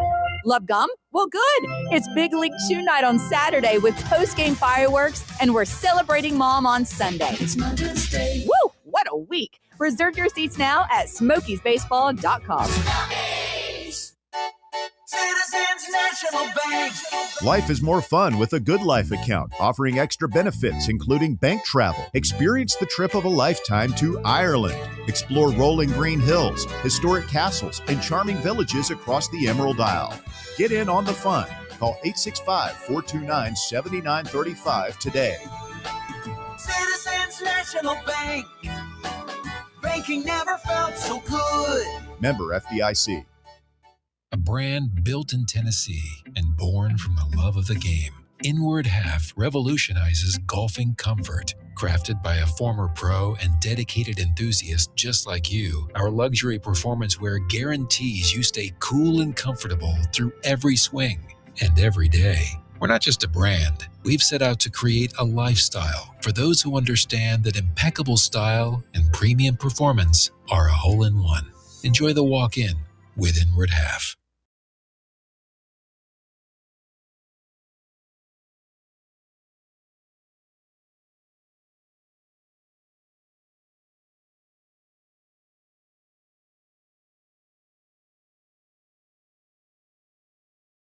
Bubba, would I have gotten credit if I just said psychiatrist? Or would you have said I didn't say forensic psychiatrist? I'd probably be. You wouldn't have given me credit, yeah. 'Cause No. you guys. I'd seen me have lose. forensics as part of the answer. Okay. Sam probably would have given it to you. No, everyone's ready for a new winner, so I wouldn't have gotten that one. Because I probably should have gotten the difference because I knew that psychiatrist, he was in charge of I think the difference is like a therapist just listens and gives you advice, whereas a psychiatrist tries to diagnose you and be like, oh, you need this medication, you need this type of treatment. I get confused by doctoral positions. You have this disorder. I think that's the difference. It's also like it would have been wrong if you would have said like behavioral psychiatrist. Yeah, I just would have said psychiatrist. I'm still trying to figure out this Ohio flag. Does that mean it is? No, it's like a baseball pennant, is what it looks like. It's almost like a triangle, like that garage beer thing up there. You see it? It's almost like that. I mean, I know what a pennant looks like, but I thought it was a circle. No, it's almost. Oh, I see. Like it gets thinner as it goes. Interesting. Yeah. So that's okay. I didn't know that was a state flag either. Like I said, I live there. Interesting. Well, Bubba, for villains for 2, you said you're looking for the villain of 1984. Would the government have counted? I was looking for Big Brother. Well, I know what the hell you wrote down. I'm asking if the government would count there because that was the idea, right? The government, Big Brother was the government, no? I mean, yes, but also the main antagonist. I'm looking for. They Big refer Brother to him in as that Big one. Brother. Yeah. Would the Kraken have counted? I think Cody thinks that 1984 was like a book about like being in the ocean, I guess. Yeah. I would have been mad because I was just trying to think of what villain for 2 would be. Because like if you had gotten your question, I would have had a choice to tie it with villain for 2 or geography for 4. Yeah. And if I had gotten the Orwell question and missed that, and then geography for 4 was tributary, I would have been so mad. Yeah. I would have been mad had I needed that for winning. I said the government. He's like, well, actually, I'm looking for Big Brother. I'd have been pretty mad about that. Well, technically, it's Big Brother, John. I'd have been pretty PO'd. All in all, a good trivia, Bubba. I think you should do it from now on. Oh, going through a rehabilitation process here. Mm-hmm. Send me down in the minors. Let me see what we can do here. We'll rehab up, and then if they call me up to the main roster, cool. If not, we're still in the organization. Seems to me like that arm is healthy. What did we miss so far today, Bubba? Our girl, who's not our girl, Haley Van Lith, Cody's girl. I came around on her She too. ain't my girl. Got. Sam's girl. Sam loves him some Haley Van Lith. Yeah, it seems so. She got released. Sky signed Natasha Cloud, and they waive Haley Van Lith. She wasn't very good last year. I don't think she's good enough to be a professional basketball player. Also in the wave Wonder of what she'll do now. If only there was a way that she could make like $1 million tomorrow. Also, the Valkyries are reported as the first $1 billion WNBA team. What? Or franchise. What? Yeah. What's the rationale behind that? I mean, I know They had the Valkyries, the Liberty, the Fever, and then I forget the Aces, I think, are the fourth team. The 14th of what? It's worth $1 billion? Or just like that in terms of like in terms highest, of like, rankings? Yeah. Them being $1 billion must have something with the arena or like a portion of the Warriors like TV deal or something. Because the guy that owns them owns the Valkyrie too. So like there has to be something.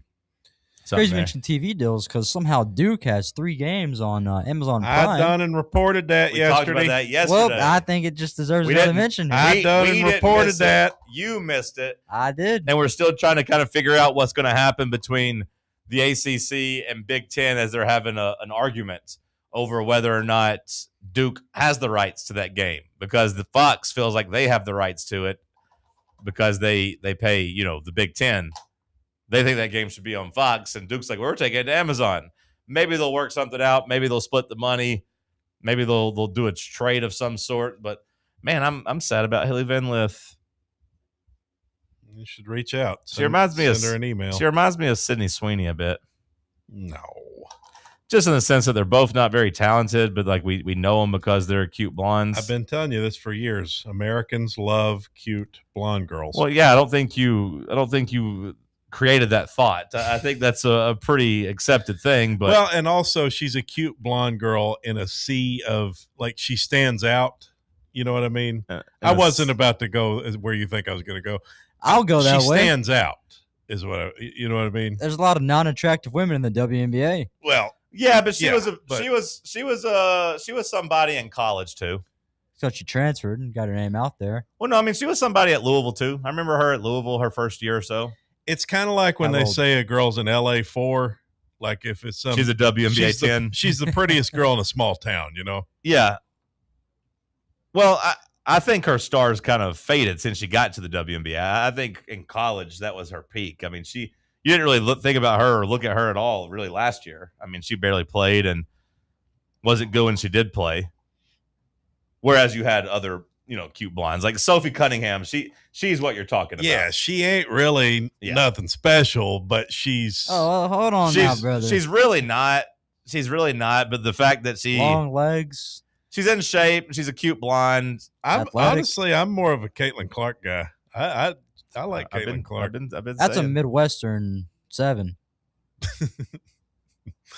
I don't know. When she can ball like that and she's worth all that money, I think that raises her stock. I am interested to see how she plays this year. The WNBA does start this weekend. I'm actually looking forward to the league. I don't know. My quote unquote team is Atlanta, just kind of by location. The dream.